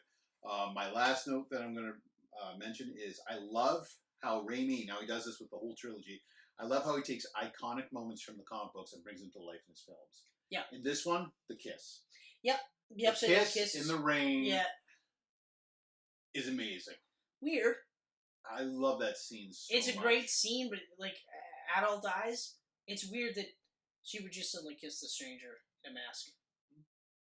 I mean, she saved his life, or he saved her life twice. Twice at that point, yeah. And I mean, I guess, I feel like she always had a sense it was Peter. So do I. Like, when he tells her in the second movie, she goes, I guess I feel like I always knew. I always knew. And you're like... And I felt that too. Yeah. Like, just the way just she something reacted about it, around yeah. him. So, but overall, so like, I mean, while it's not my favorite of the trilogy, it's a very close second. It's a great film, and it holds up really so well. I hadn't watched it in so long, and so then when I rewatched it, I was like you. I was like, oh yeah, that's right. Like, there's a lot of this that I really, really like. Like, even that part where Goblin goes after May, and she's reciting the Bible verse, and he's like, finish it! Yes! You're like, that's fucking badass! He's like, I'll wait all night! You know? And you're like, Jesus! Yeah. And then Peter calls May, and then it's just like, hello, Spider-Man! Like, you son of a bitch! I know. Like, there's a lot of really, really, really good shit. It's a good movie. I almost feel like we should just follow up with this one.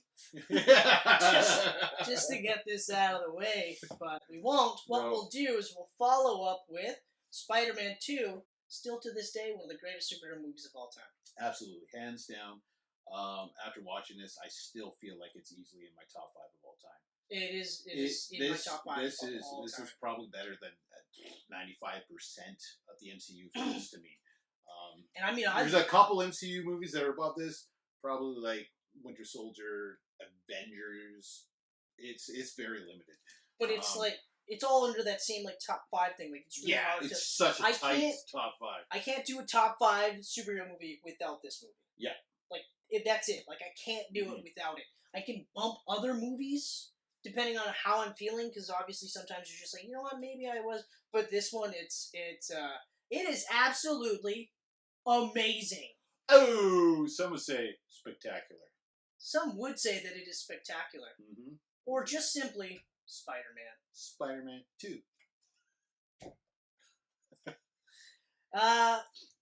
So I have very small amount of notes on this one, just because Yeah, I feel I like was we're gonna just say, going to yeah. be raving But, like, like lunatics the whole time. okay, so again, this is another movie we saw in the theater. Yep. Opening night. Yep. Which these days is a lot easier to do with AVX. I gotta say. It is. You know We what? waited Back in in the line day, for this. we must have went like 30 to 40 superhero movies, like straight opening nights. Yeah, and for us, opening night was like that's overkill. Not 30 to 40. No, It but hasn't been that many. But you know what I mean. But Like it what was a we ton. but you actually had to go there, in some cases, an hour early. Yep. To get your spot in line just to buy the fucking ticket, and then wait for the movie to start, and then get a seat together. And this is back in the day before we were really driving. That's right. You know, I lucked out because I lived right by the theater. Yeah. That was like the only saving grace for me was that I could just pop on over there. Exactly. You know, Walking distance. you had to drive. I was in your the parents. boonies. Your parents had to drive you, and then once you got the vehicle, Yeah. then it's a lot easier. I think I was driving for Spider-Man 2. I think Spider-Man you were. 1, the fact that I watched that 8 times in the theater and I wasn't driving yet. Yeah. That's nuts. That's right, because I met That's you, crazy. your dad, your Yeah. mom, your brother. It used to be a full family affair. That's right. Megan was there. Like, That's right. everyone went. That's right. Everyone went. But Spider-Man 2 was a fucking revelation. It was, because what year did Dark Knight come out? Dark Knight. 2008? 2008, yeah. Yeah, 2008. So this is 4 years removed. Batman Begins came out a year after Spider-Man. That's right. So, watching this movie, sitting in the theater, and the first thing you see is Peter Parker delivering, like, pizzas. Yeah. On a shitty moped. And they have that, like, hilarious sequence, but it's like, if you're not there in 29 minutes, it's free. Mm-hmm. And you have to do this, otherwise I'm going to have to fire you. Yeah. You have to do this, right? And they do these, like, funny little interludes where he's on the moped, then he's getting fucked around in traffic, so he ditches the moped, and now he's Spider-Man, and the first time I watched that, I remember like, why don't you just be Spider-Man the whole time? But it's funny. He's trying to separate his life, right? He's trying to find a balance, Yeah. but I love that there's that one line where it's like, that guy stole, or Spider-Man stole that guy's pizzas, and you're like, that's whoa! That's the what's up guy. He doesn't take like, oh man, that guy was Spider-Man. He goes, Spider-Man stole that guy's pizzas. Out of all the good that Spider-Man's done, and like, we'll say it's been like 2 years. Let's say it's been 2 years since he's been Spider-Man. All the good, and in 1 second he's just like, he stole that guy's pizza. And you're like, holy fuck. So then, of course, he's swinging. Now he's swinging through New York. He's got the pizzas. Yeah. And just when you think he's going to make it, nope. Because he's got to save a couple kids from the street, you know? But it's awesome because he saves them and he's just like, hey, no playing in the streets. And like, we won't, Mr. Spider-Man. Like, yes. Like he stops there and he's the friendly neighborhood Spider-Man. No one's scared of him. Mm-hmm. No one's trying to like fuck him up or try to arrest him because they all get that he's a hero. He just wants to do the right thing. Yeah. I was like, man, I forgot how awesome that is to watch this in a movie. There's like DC where everyone just hates and fears everybody. But yeah, and then there's that sequence where he comes out of the broom closet. Nobody knows.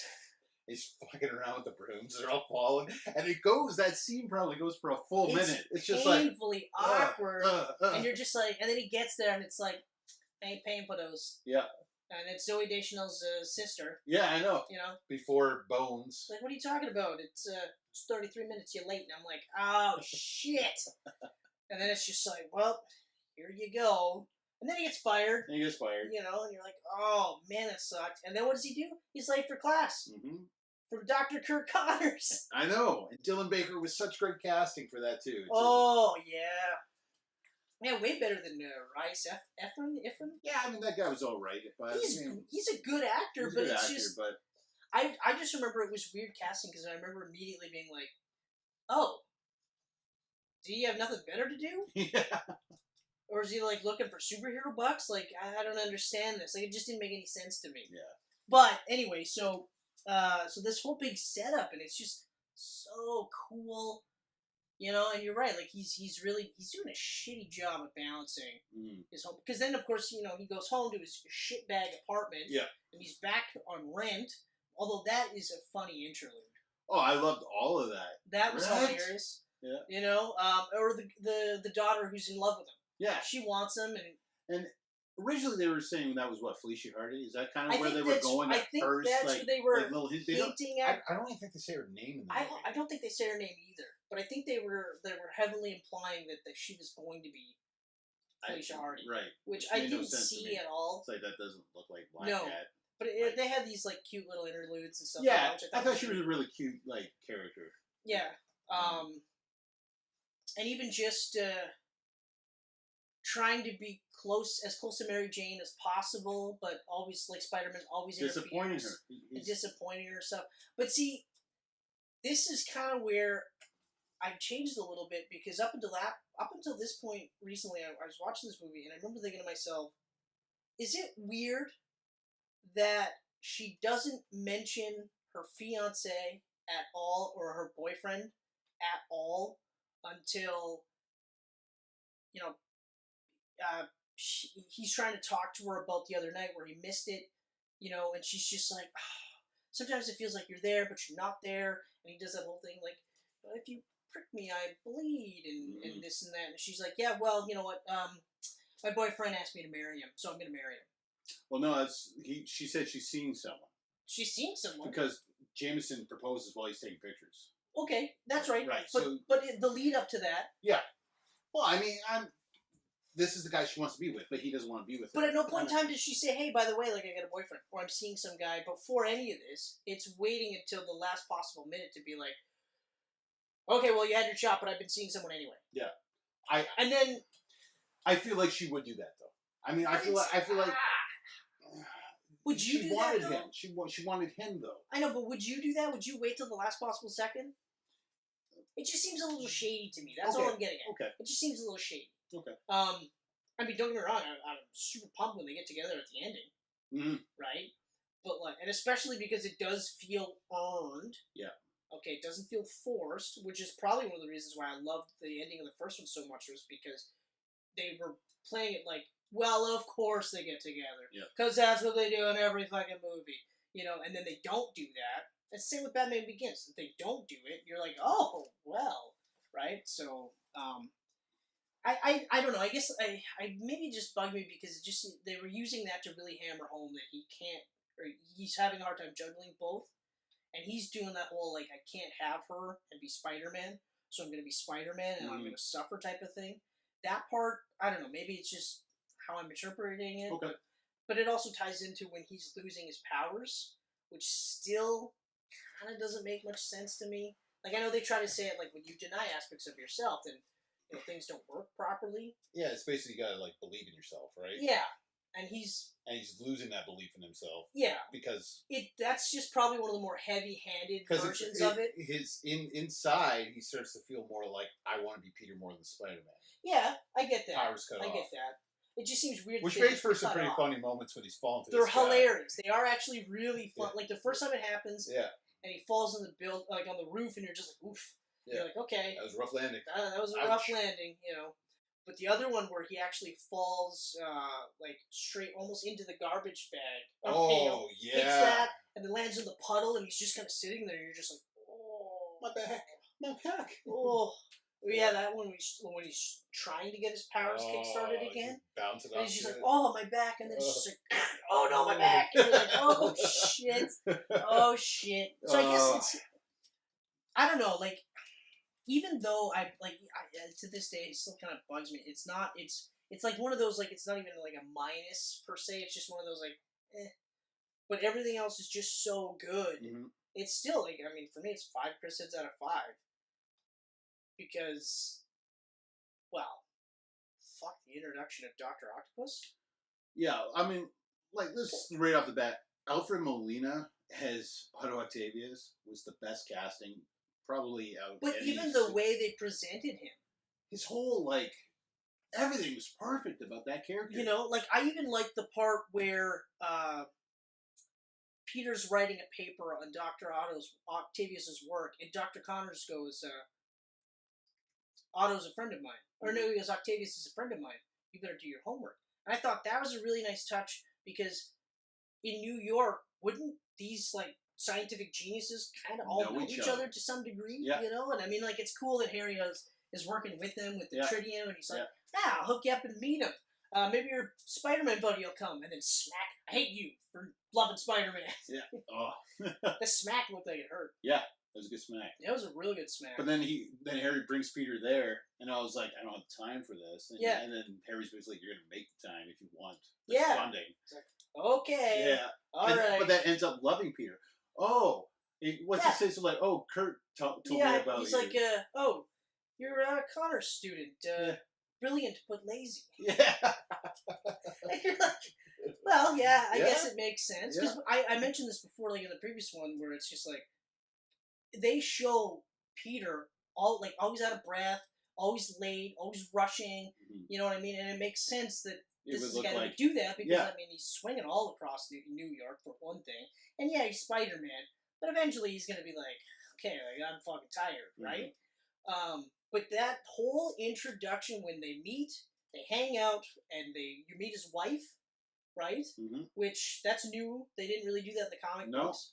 You know, sure, he shacked up with Aunt May for a bit, but that's a story for another day. Oh, or not. Yeah. They hooked up. But anyway, so that meeting is great because you get to see Peter Parker being confident in nerdy Peter Parker, not having to be like a nerd and hiding it type of thing. And like you said, they fall in love with him immediately. Mm-hmm. He's inspired by them and vice versa, and stuff like that. So then, when you get to see the arms, which bounce back and forth between brilliant CGI and really good prosthetics. Yeah. It is incredible to watch. Yeah, I think for the most part, it's probably all like practical effects. A lot of it is practical effects. When he's on the buildings and stuff, it's obviously CG. There's the initial scene where he does the big reveal. Yeah. Those are CGI. Very cool looking. Like when they're on the ground, they're real. But then when they're moving, they were CGI, and they're just picking it apart right away. But I also love how the goggles from the comic books make it there. Yeah. Because he's got to harness the power of the sun to create this renewable energy source. The bulb, like his haircut, is there because of the neurotransmitter. Yeah. So again, you're like, you fuckers thought of everything. The arms are there to actually be able to harness the power and create the renewable energy, you know? So it's like 3 things all explained instantly. Yeah. Sure, in the comic books it was explained because, you know, he was handling toxic chemicals and then they spilled and that's why he became Dr. Octopus. But this I really loved that because they were sentient arms and the neural inhibitor prevented them from taking over. Yeah. And he casually just like, no, that's why I have this, because it'll protect me from them, you know? And they're like, oh, okay. And then it all goes to shit. Yeah. Immediately, too. And I love the scene where, like, Spider-Man shows up, saves the day, and Harry is still just like, fuck you. Doesn't change anything. Fuck you! Yeah. I hate you! But yeah, I love that he's just like, doesn't change anything. And you're like, well, it should. Yeah.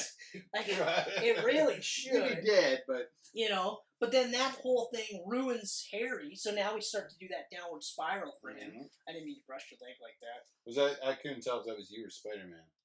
It was He's been brushing me for a long time. It was definitely me. But like, but so that starts to begin his downward spiral. Yeah. And you see him like boozing it up and everything, and he's like, Spider-Man ruined me. Where's your little buddy, right? Yeah. He smacks him really hard. And I feel for Peter at that point, because you're right. Like, he doesn't say anything at all. It's to like, I'm watching it and I'm like, if I was Spider-Man, I don't think I want to be Spider-Man in that case either. Like, my best friend is smacking me, the woman of my dreams I can't be with, and she hates me now. I'm shitting the bed at school. I can't hold a job. He's got 2 jobs. Yeah. And he's, like, so far in debt for rent and just basic necessities. Yeah. Like, I mean, even his friggin' moped gets destroyed. Although that scene was awesome. Like, when she's trying to make it to the plane. I know. And he does the backflip. Kind of heartbreaking. Does the backflip. And the kids are just like, whoa, how'd you do that? And he's just like, eat green vegetables. I just eat my green vegetables and I got plenty of rest. That's what my mom always tells me. I just never believed her. And I'm like, yes, that's so great. You know, and they do that awesome scene with Bruce Campbell. Mm-hmm. And he just fucking lets him have it, but like the Spider-Man stuff, the Peter Parker stuff, this resonates so much. Like even now, I'm just like now when I'm an adult and I've got bills and I've got work and I've got home life, and you're like, yeah, like I actually, it's really hard. That's a juggle. There's days when it's hard to juggle it. Even that's a juggle, and I'm just like, yeah, like I really feel for him. Then you add in the fact that this guy like saves people's lives on the regular. Like they have a police scanner. Do you ever sleep? Yeah, like exactly. Where do you fit in sleep? Exactly. Like you're just like, holy shit! Like it's just incredible. It's amazing. The things spectacular that this guy is doing, and he does all of this, and finally he goes to May. Hey, look, it's my fault. Ben's dead because of me. And she kicks him out of the house. I know. And he's just like, oh. That was a crazy scene. Just like the look on her face. It pulls her hand away from him. And I was she like, just walks upstairs. Doesn't say a word. Walks upstairs. And this is the same woman at the beginning of the movie is like forcing him to take money, even though that was so heartbreaking. And she's you will like, take this you money. have to take this. And he's just like, okay, fine. And then, of course, it leads to the hilarious bank scene. Yeah. I'm here for my toaster. And it's just like, well, you need a deposit of $300 or more. Oh. Kicks him?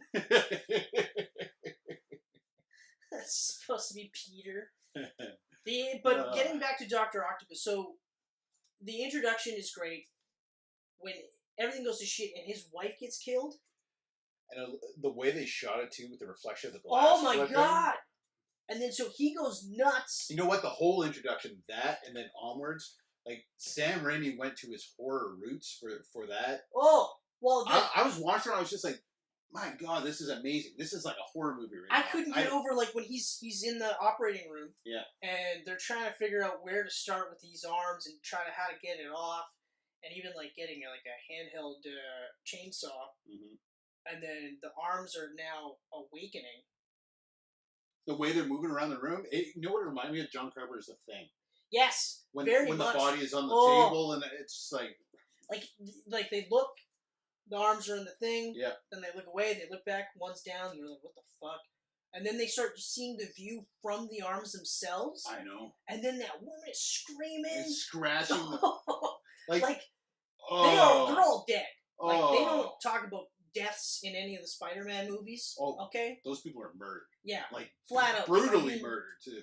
I mean, yeah, okay, they blatantly killed people in the first one. They hide it really well in the second one. But he fucking killed those people. Flat out kills them. And then, like, they get to that, like, outskirts where his new base of operations is. And he's just like, oh my God, like, what am I? And then they start talking. He's like, you're right, you must rebuild. And they realize it's the chip. Yeah, like, but then he doesn't care because they're in him now. And they're just like, we must rebuild. We'll need more money. Then they go to the bank. And he's in a trench coat. And they never mention that he gets stronger in this movie. That was my only problem throughout the whole movie, and it still is while watching, is that even to this day, falling from the sky and hitting the ground, like his regular body. He's okay. So if you argue that Spider-Man is pulling his punches, I can accept that. Except he is full on punching Spider-Man and not breaking anything. Yeah. Okay? Spider-Man is stronger, just period. Just stronger. Yeah. So if a normal human punches him, like in the comic books, he's hitting people with his finger, flicking them to knock him out. That's how strong he is. So when you punch him, it's like Batman punching Spider-Man, or Superman. Yeah. He can only do so much with kryptonite before he's breaking his hands, like in 608. Mm-hmm. He says that. He's like, anymore, I'm breaking every bone in my hand. So it's the same thing. So the fact that they didn't mention that he got stronger does bug me. Still bugs me. It never not bug me because I'm always just like, yeah. Okay. Even though I still consider it a perfect movie still. I love it. Oh, yeah. But that is something that's always bugged me. And I mean, it would make sense why Peter would be pulling his punches because he knows Otto. He knows Otto. It's not just some random bank robber. Otto doesn't know who he is, but he knows. Yeah. Right? And you're right. Like, it makes sense. And it makes sense to me. Yeah. I said it. It makes perfect sense. It was more or less like Otto falling and hitting things. That part, but the punching is another one where I'm just like, because you can't pull getting punched. If you punch me in the face, it's gonna hurt you. Yeah. Yes. It's gonna hurt you. Yeah. And there's no amount of me like trying to move with it. Like I could try to move with it and lessen the impact, but you're still gonna be fucked up for a week at least. So, so it's partly true. Anyway, I might be fucked up for a week at least, but anyway. But still those fucking fight scenes. The fight scenes are so good. Like. I even like the agreement. So Otto knows that he can get tritium, tritium, not Tyridium, tritium from Osborn. So he goes to Osborn and says, "Hey, I need more. I need this much." And then Osborn goes, "Fine, give me Spider-Man." Yeah. And he's like, "I don't know where to look." Peter Parker.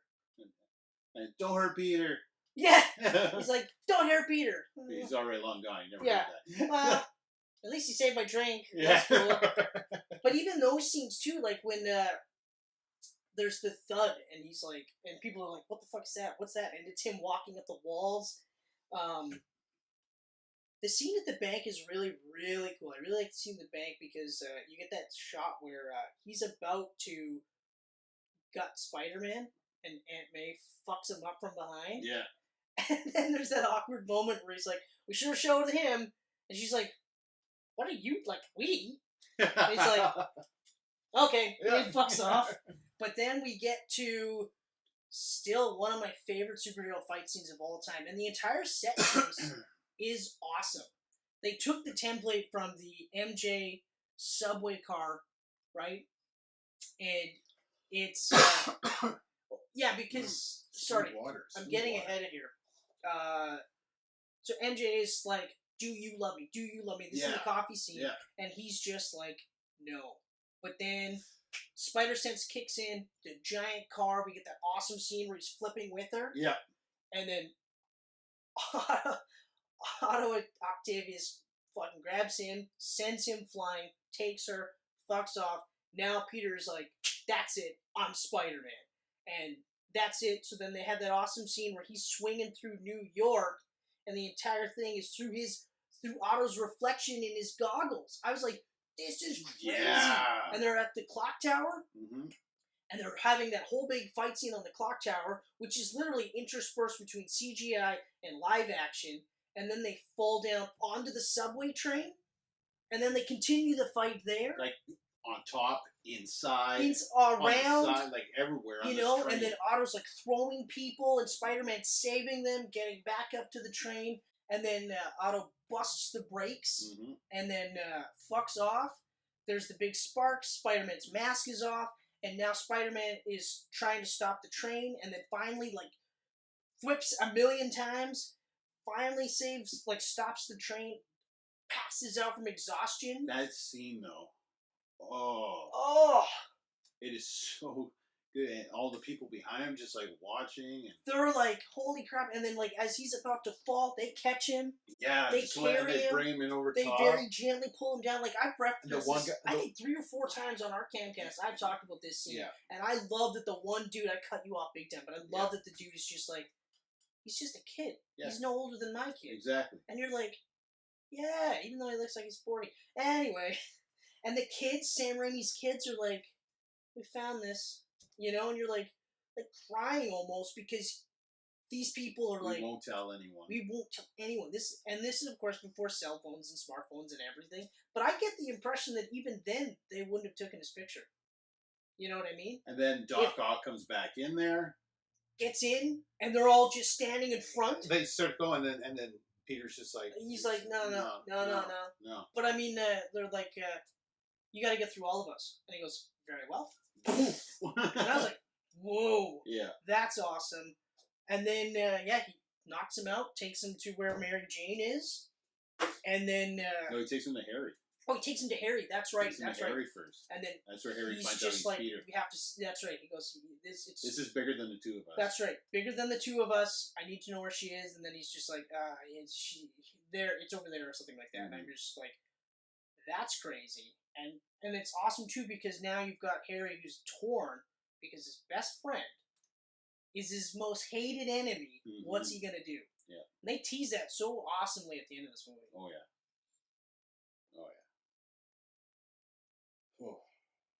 And then one of my favorite things, in this movie, yes, he's fighting Dr. Octopus in that last sequence, But all he's really trying to do is appeal to the inner Dr. Otto. Yeah. He tried to do that with Norman Osborn, but Norman Osborn was inherently a bad guy. Mm-hmm. Otto is a good guy. Like, there's this... He's choking him. And he's just like, come on, you're better than this. You wanted to save the world, you know, after he's got no mask on, and he's just like, wait a minute. Parker. Brilliant but lazy. Yeah. You're like, now's not the time, asshole. We gotta fix this shit. Yeah. You know, and then you get MJ seeing him and going like... And the way that it was shot, because you see Otto get up and he's going to take down that what's called the reactor, or like the power of the sun. I don't know what they call it. He's going to drop in the river though. Yeah, because it's out of control. That's right. Everything's getting fucked up. Fusion reactors. Yeah, something like that. Yeah. So you see him like going to that, and then it pans back, and then Peter's kind of like this, watching him. So you see Otto going this way. You see Peter, and he turns his head, and MJ's looking at him. Yeah. And she's just the look on her face. Oh man, I love this movie so much. And then that big, huge fucking wall comes down. He saves her. Yeah. And she's just like, "So you're Spider-Man?" Yeah. He's like holding him. He's like, "Hey." It's just like, this is really kind of heavy. Yeah. And I mean, like, I know I was saying, I was kind of poo-pooing it in the first one, where it was just like, ooh, you know, this is a little jokey thing. This was just good enough to break that tension. And then Ox saves New York, saves the day, dies like a you see that hauntingly shot of tragic, him just like falling to the bottom of the hauntingly tragic ending. You know, of course, they swim off, there's the big web, and then that's where she goes, I guess I kind of always know. And he's like, well, now you know why we can't be together, because someone's always going to be out there to try and hurt me. Yeah. And they're going to go through you, and I'm like, oh, man. And he lowers her down, and she's just staring up at him. John Jameson is who she's marrying. Yeah. She leaves him at the altar, though, Kenneth? Dirty move. That's a dirty move. Dirty move, Mary Jane. I know you're like, oh, it's really romantic and it's sweet, and I mean, like, oh, of course she's going to wait till the last minute. Yeah. She didn't have to wait till the last minute to leave the altar. Yeah. She could have said, hey, John, I know you're really happy to see me, and I'm really happy to see you, but we can't be together because I don't love you as much as I love Spider-Man. Mm-hmm. Or anything. Somewhere. She didn't have to literally be, like, down the aisle going, you know what? I'm actually going to go and see what Peter's up to. And J. Jonah Jameson's first thought is, cancel the caviar. Yeah. Everything he was in that movie, everything he said, I was like, this is golden. Mm-hmm. This is golden. Cinema ham. Yeah. Like, so great. But the ending is great, where she says, face it, Tiger, you just hit the jackpot. And then he goes off and he's Spider-Man. He's swinging. He's happy. And you think it's going to end with him swinging again and everything, but then they cut back to her and just that look of worry on her face. That's right. That's right, because, I mean... already she's worried. Well, and then what do you get? You get the scene where Harry finds out that his dad was the Green Goblin. Yeah. And then they go, what's going to happen? And I remember we talked about this, and I thought maybe, just maybe, he's not going to be the Green Goblin, or the Hobgoblin, or whatever the fuck they were going to go with. Yeah. Because maybe they're going to subvert expectations. Yeah. Anything else in Spider-Man 2? What do we get here? Entire train sequence, blah, blah, blah. Oh, yeah, I love the inclusion of the Spider-Man No More arc and the classic imagery of the mask of the garbage That can. was awesome. Again, he's showcasing a very important moment from the comic books. That was awesome, I have to admit, even though, like, the whole sequence with him not being Spider-Man was kind of cringy to watch. Because at first he's nailing his grades, he's doing everything great. Yeah. Then when you see the one kid getting the shit kicked out of him. And then he's just like, oh. And I remember and he walks away, and they'd be like... Yeah, like he literally just goes, but then he goes, I'm eating my hot dog. And I remember just being like, I feel like he'd kind of still try to step in. Yeah. You know, because I've said before, like, I view Peter Parker... I mean, it's hard to say, right? But I do I wish he would have at least made a step towards him, and then said, well, no, I can't. Yeah. Right? But, So, yeah, no, I think I'm done on Spider-Man 2. Are you sure we don't have anything else? Because, like, I feel like there's more to talk about. Oh, you just don't want to... Well, we were getting to yeah. So, to recap... I'm gonna cut this up. I really gotta pee, and I know I'm not gonna make Oh. There's a lot of bitching with Spider-Man 3. Hey. Or maybe we'll just keep that I'm in. just going to keep talking about a whole bunch of stuff. This will probably all get cut anyway, but, yeah. Someone's got a weak bladder, I'll say that much. He's also rude because he's peeing with the door open, which is not cool. Especially because you can hear it. I also don't like that. I also don't like that you can hear him going, ugh. Which is fine when you're having a good pee, but nobody really should hear that. Oh, he just farted. He farted while he was peeing. That is kind of funny. That is kind of funny. I hope he doesn't bring that fart with him. I'll tell you that much. Really don't want to spend too much time talking about Spider-Man 3. We're going to talk about it quite a bit, just because, you know.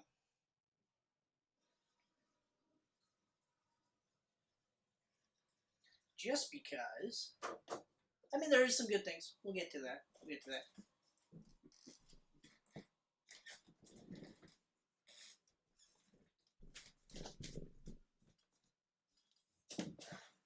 Hey, man. I didn't even leave. I didn't even... Well, of course not, because why would you? My hands aren't wet. That is not surprising. Spider-Man just whipped in my hand. That's gross. It is. That is actually really gross. It is gross. Spider-Man 3. Hey! Spider-Man 3. The pinnacle masterpiece of the entire trilogy right here. No, we already talked about Spider-Man 2. Oh, right. I will never forget the lead up to this movie, where a year before this movie came out, you came across the script. The script was leaked. Right. You know, this movie has so many problems leading up Yeah, to it. but here's my favorite part. So you go, Chris, I've read the script. Do you want to know what happened? And I said, we're about a year out. Things will change. Things could change. Mm-hmm. I'll probably forget. Yep. Sure. So what did you do? You told me the whole thing. So it starts off, Spider-Man, Mary Jane are together. Harry Osborn is the Green Goblin. New Goblin. New Goblin. New Goblin. Well, I don't think you called him New Goblin at that point. No, I don't. What did they call him in the script? Maybe just Goblin. I think it was just Goblin, but I think you just called him Green Goblin because, of course, yeah. Because in the comic books, he does become Green Goblin. Yep. And they fight, and Peter knocks him out, gives him amnesia, and gets the Venom suit, which is from outer space. Just sort of happens to show up on a NASA shuttle that comes back to Earth. Even though, isn't it weird that the shuttle comes back to Earth, but not the escape pod? In what? This movie? Spider-Man 3? Or in the script? Because in the movie, they're just at the park and a little meteor hits. Oh yeah, there was the meteor. That's right. In the script, it was the shuttle, and I remember thinking it was weird that the shuttle. And again, why didn't they have a shuttle? They already introduced John Jameson as an astronaut. Yeah. Like, it was right there. They did it in the cartoon. Mm-hmm. But anyway, so then he gets the suit. He, of course, just like the suit in the comic books and the cartoons, it's stronger. Yeah. This one, they give him, like in the comic books, he didn't really do any, like, outbursts or anything like that. He just realized, he found out that the suit was alive, and it was feeding off him, and it was eventually going to join with him permanently. Yeah. In the cartoon, he was more prone to anger and bursts of rage. And it was so bad in the cartoon. Like, I watched the cartoon recently, and when he's angry, he's like, yeah, exactly. So and then, but in this one, they make Peter Parker like a super douche. Yeah, emo Parker. Yeah, but actually, he wears mascara. I read an interesting article that actually kind of explained this, where because Peter's not a cool guy, what the Raimi or this whole like emo Peter thing is Peter's attempt at being cool. Thinking what cool is. That's right. He has no real concept of what cool is. He thinks this is what's cool. Like, so that's why. Brush your hair down for a second. Yeah, that's why he does. Oh, you must be evil now. You are so evil. That's actually really good. He does this a lot too. That's really good. Yeah. Okay. But then, like, even in the dance sequence, like, when he's just, like strutting it up, that's what he thinks is really cool. Yeah. I'm going to leave this like this. It's so bad. Okay. That's what he thinks is really cool, right? So that's why we're all just like, what the fuck is going on here? You know? I can't take you seriously. I can't even look at you anymore. You know? But, like, So then, of course, like, they introduce Sandman. Then eventually Peter becomes, or he gets rid of the suit. We're still talking about the script? Or yeah. Talking about the movies? And then Venom shows up, and then Venom and Sandman team up to fight Spider-Man and New Goblin, we'll call him. And I remember just being like, this is the movie? That can't be it. That can't be it. There's no way. Yeah. And you literally said, like, and Sandman will be like giant, like stories high. And I was like, this sounds like it's fucking garbage. Mm-hmm. Fast forward, maybe a year and a bit or whatever, I go to see this movie by myself. I can't remember why. I think I was dating at the time. She was out of town. Or no, I don't think we were dating at the time. Because she was out of town. But anyway, I went and saw it by myself. Because I remember you saw it. I saw it opening night. You saw it opening night. Because I watched all superhero movies opening night. And I remember for some reason, I couldn't go for some reason, and I watched it that weekend. That's right. Yeah, why couldn't you go? You must have been working or something. I think I was working till like 11:30 or something like that. Because you were at Walmart then, right? Yeah. Yeah, so yeah, I was at Walmart. You worked some weird shifts then, yeah.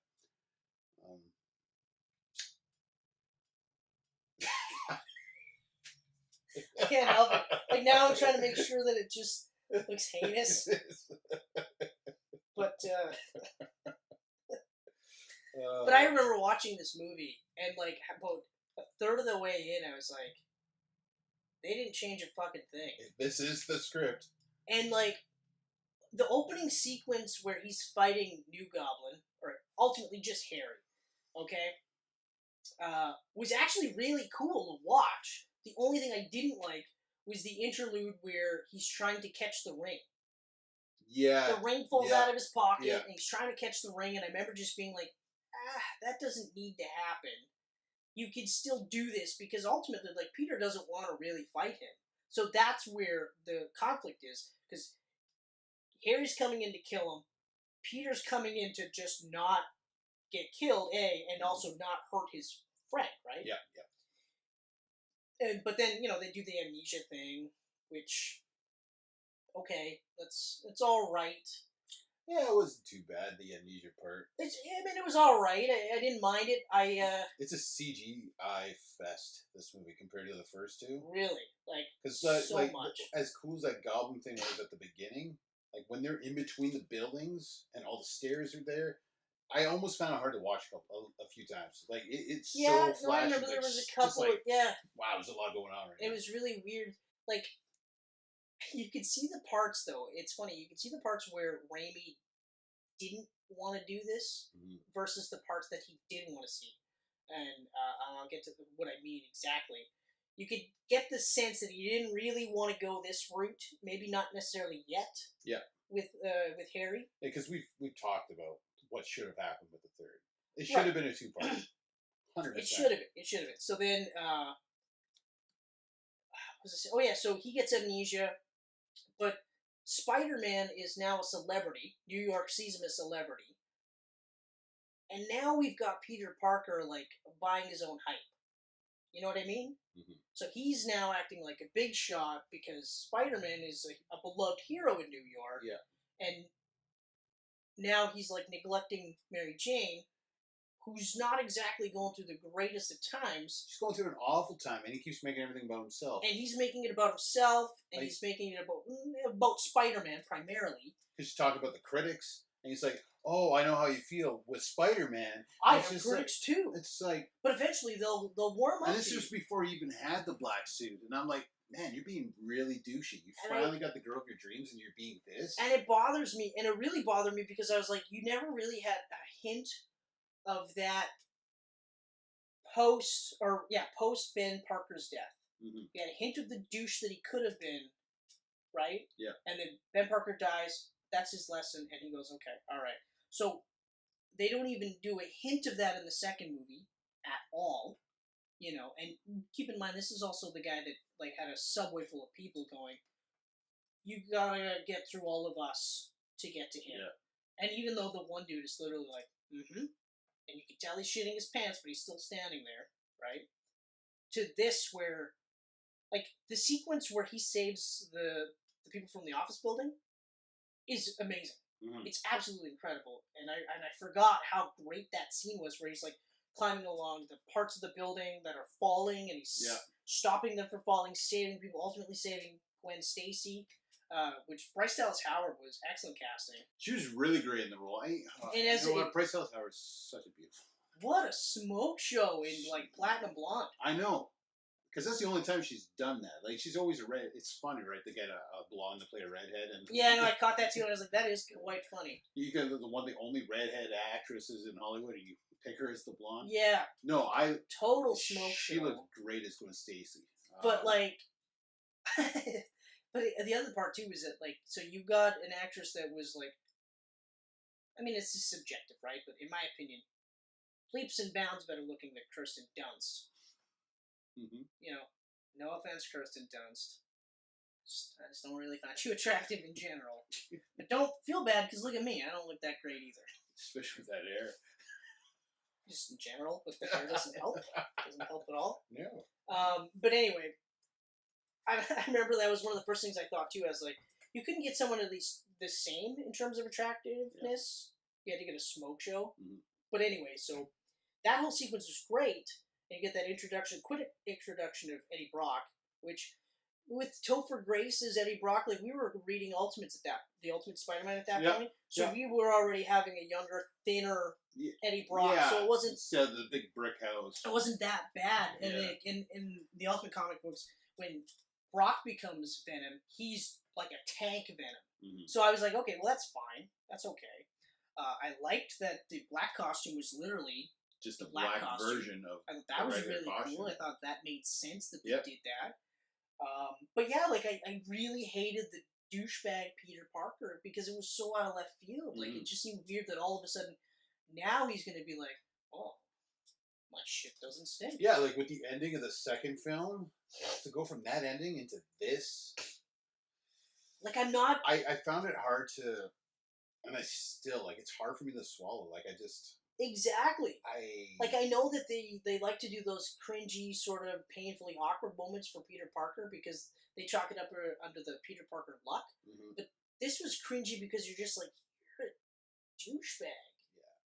Yeah. You know? And then, like even when they're at the restaurant and he's, like, about to ask her to marry him. And this is after he kissed Gwen Stacy as Spider-Man, you know? Yeah. And he pawns it off like it's no big deal, but then later, MJ, like, that at the dinner, she finds out that they work together. Yeah. So she's like, wait a minute. It wasn't just so much the fact that he kissed her, it was their kiss. It was their kiss. If it was just a regular kiss, she would have been pissed. But he gave... But it was their kiss, but it was also, he made it seem like, oh, it was just a fan. Right, that's how I feel with Spider-Man 3, too. He's sleeping.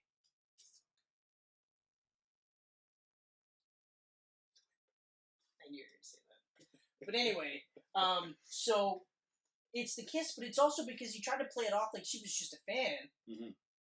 But it turns out they work together. Yeah. So, or they know each other through work or whatever. So now it looks like it's Peter. So then it's like a secret his own thing. Fantasy. And yeah, like, I mean, it's like... Don't blame him, but...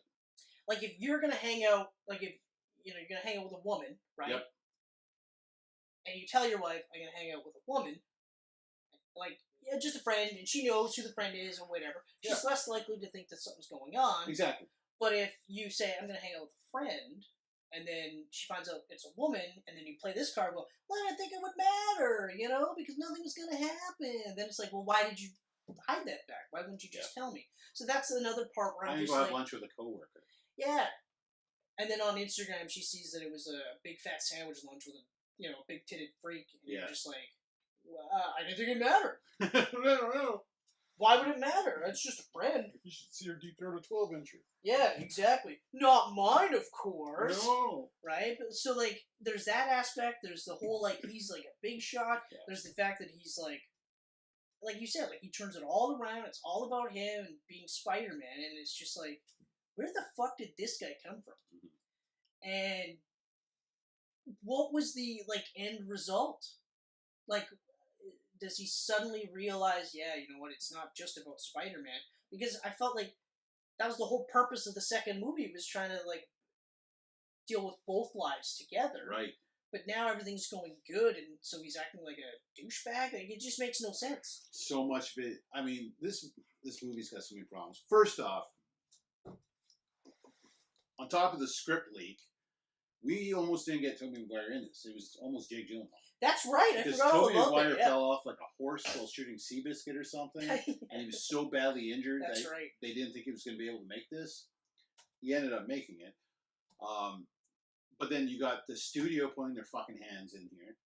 Like, not just letting the filmmakers do their thing. They're just like, no, you're going to have Venom. We don't want Vulture. Which is absolutely frustrating. Oh, I know. And it's frustrating because you look at Spider-Man 1. Yeah. Next to no studio interference. Right, because they didn't. They're like, whatever. Yeah, just make it, and if it makes money, okay, great. Cool. As long as you, like, make more than the budget, that'd work great. Then you get Spider-Man 2, and it's like, whoa. Oh my god. Yeah. And so then they go, yeah, you know what this needs? Us. We need to be a part of this. Mm-hmm. You want Vulture? Let's do Venom. I don't want an old ball guy. Venom is huge. Let's do Venom. Yeah, okay, alright.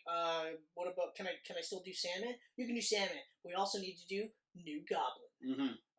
I don't really want it. He's on a skateboard. Sorry, scratch that. Snowboard. But it hovers. Mm-hmm. Okay, I guess. Can I do Vulture in Spider-Man 4? Sure. Not really. Not happening. Not happening at all. Like, it's the writing, too, right? Because Sam Raimi and Ivan Raimi are the ones that did this movie. They didn't have... Yeah. I can't help it. Just keep doing it. It's so gross. It's so sleazy. Ugh. Michelle, if this is grossing you out, imagine what it's like in person. I'm here right now. I can't wait to see this. Yeah, but no, Sam Raimi should not have written the third movie. He should have just done the directing. In fact, apparently, Danny Elfman didn't even return for this. Did you know that? He did I did not even know that. Who wrote this one? That was written by the guys that did the National Treasure and Pirates of the Caribbean movies. How did this turn out so good then? And then this Alfred one... Go, yeah, okay, Miles Millard, Michael Chabon. Yeah, that one was David Coat. I don't understand why they wouldn't just get these guys to write it. Yeah. Were they knee-deep in Smallville at that point? Fuck, man. But anyway, okay. So ultimately, Sam Raimi wrote this. Yeah, he should not have written it. That's part of the problem. He wrote it, and then the studio was basically forcing him to write it a certain way. So. Yeah. So I had said, like, you could tell the parts that he didn't really want to do. So those are the parts that are a little bit more rushed. Yeah. So the New Goblin stuff, you can clearly see a rush. You think Warner would have looked at that and went, maybe we should just let the director do his thing with Justice League? Because Spider-Man 3 didn't turn out too well. It'll never happen. There's too many, like, shareholders. And... Back the fuck up. Oh, my God. But, okay, but then you get the introduction of Flint Marko.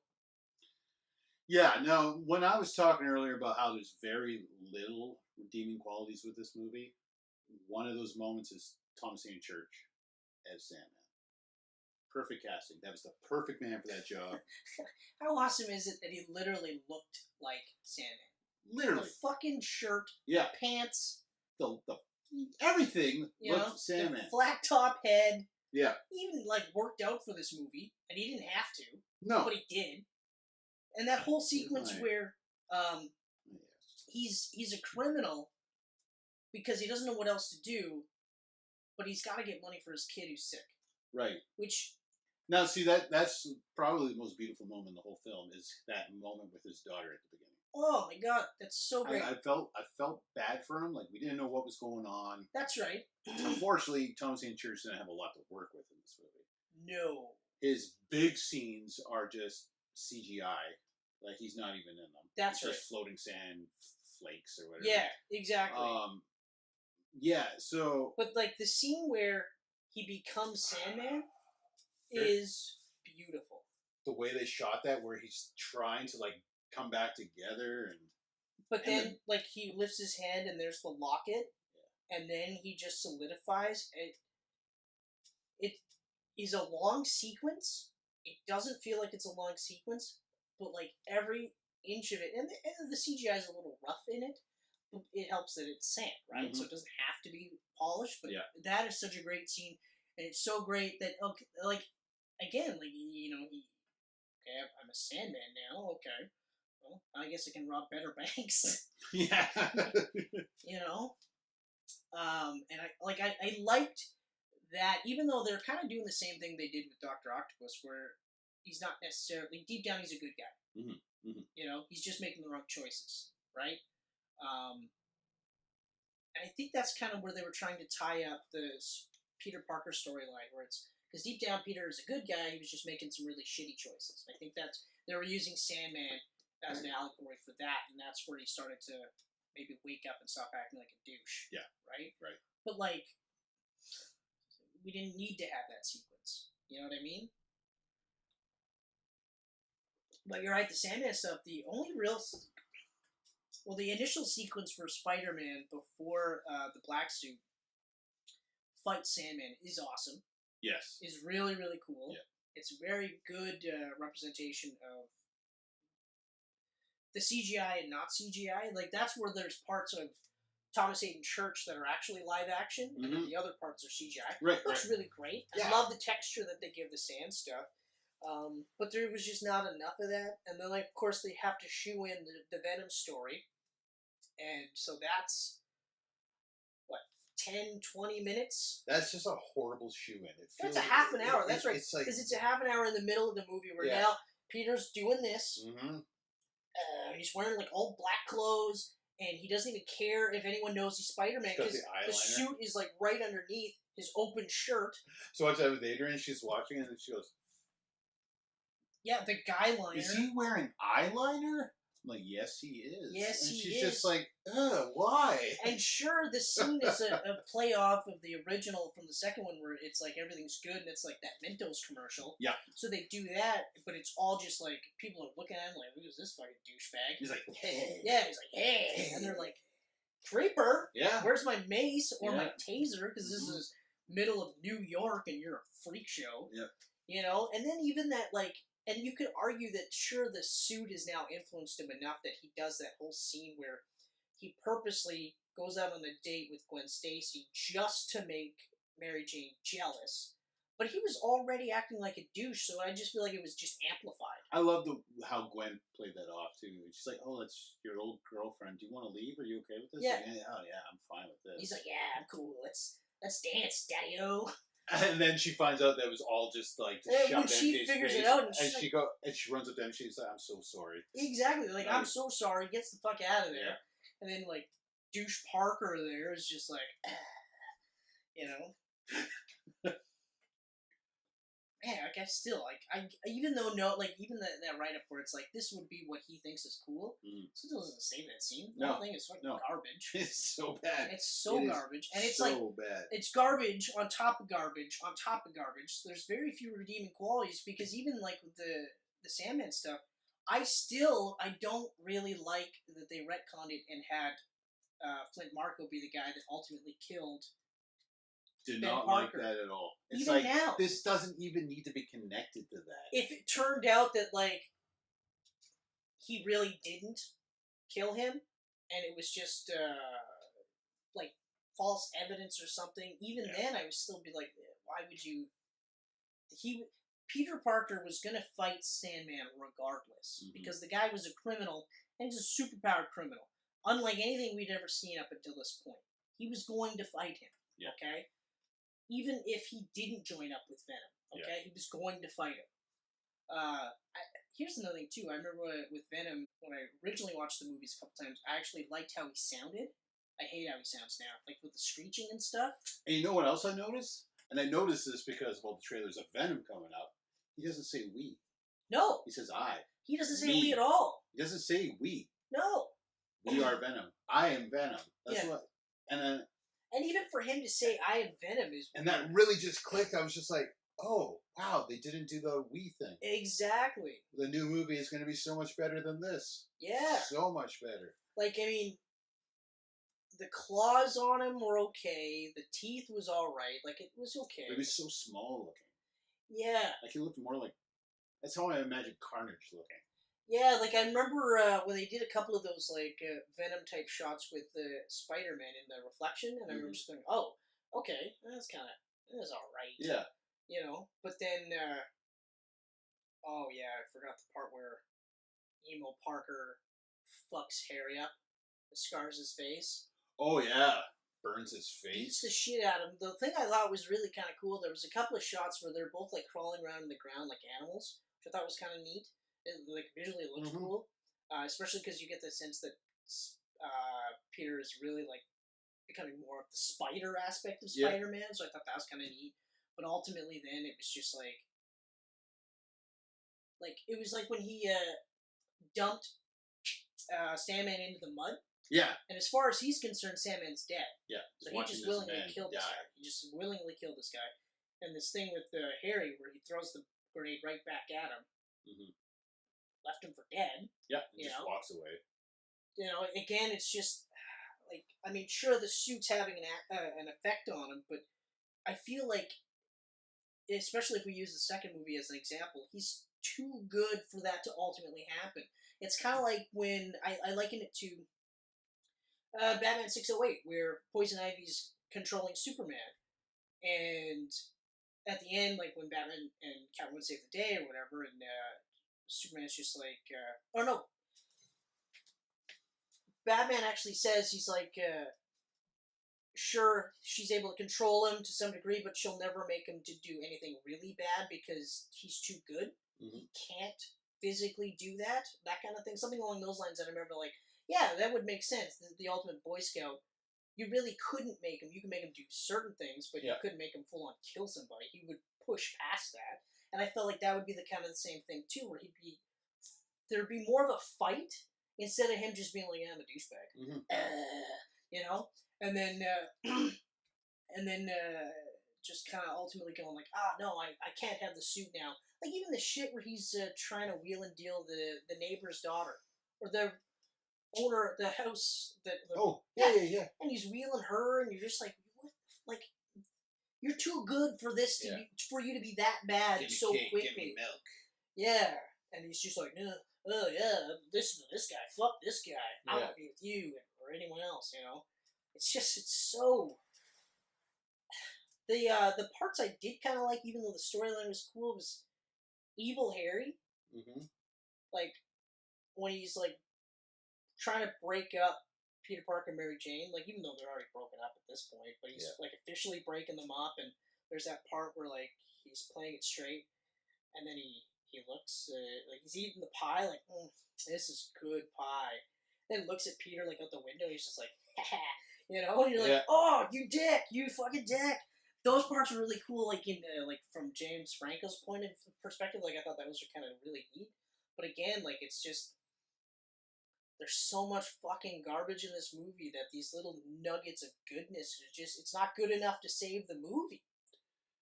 Again, like, James Franco's story is the best. Like, as a whole. Through the trilogy.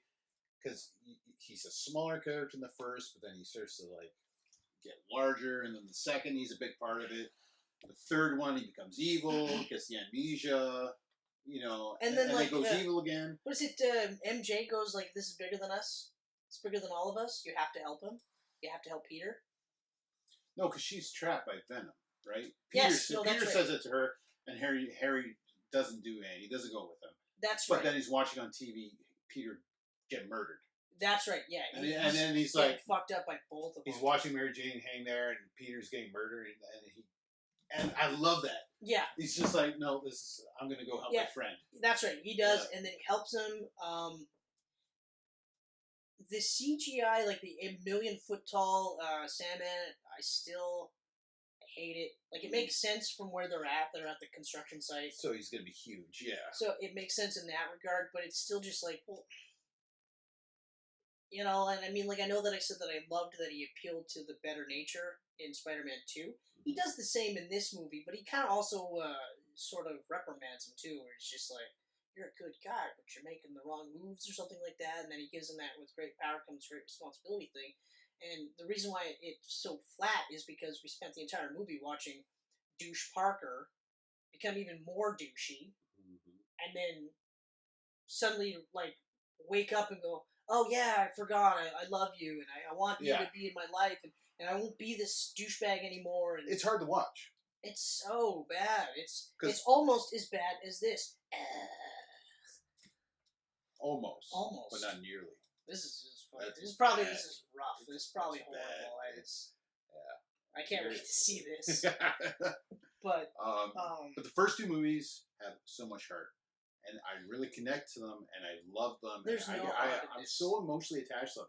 This has zero heart. In fact, like it's 2 hours of negativity. Really, it is a huge 2 hours of just a slog of just this brutal negativity. Yeah. That even the ending doesn't really make it that much better. Yeah, like he forgives Sandman. Sandman floats away.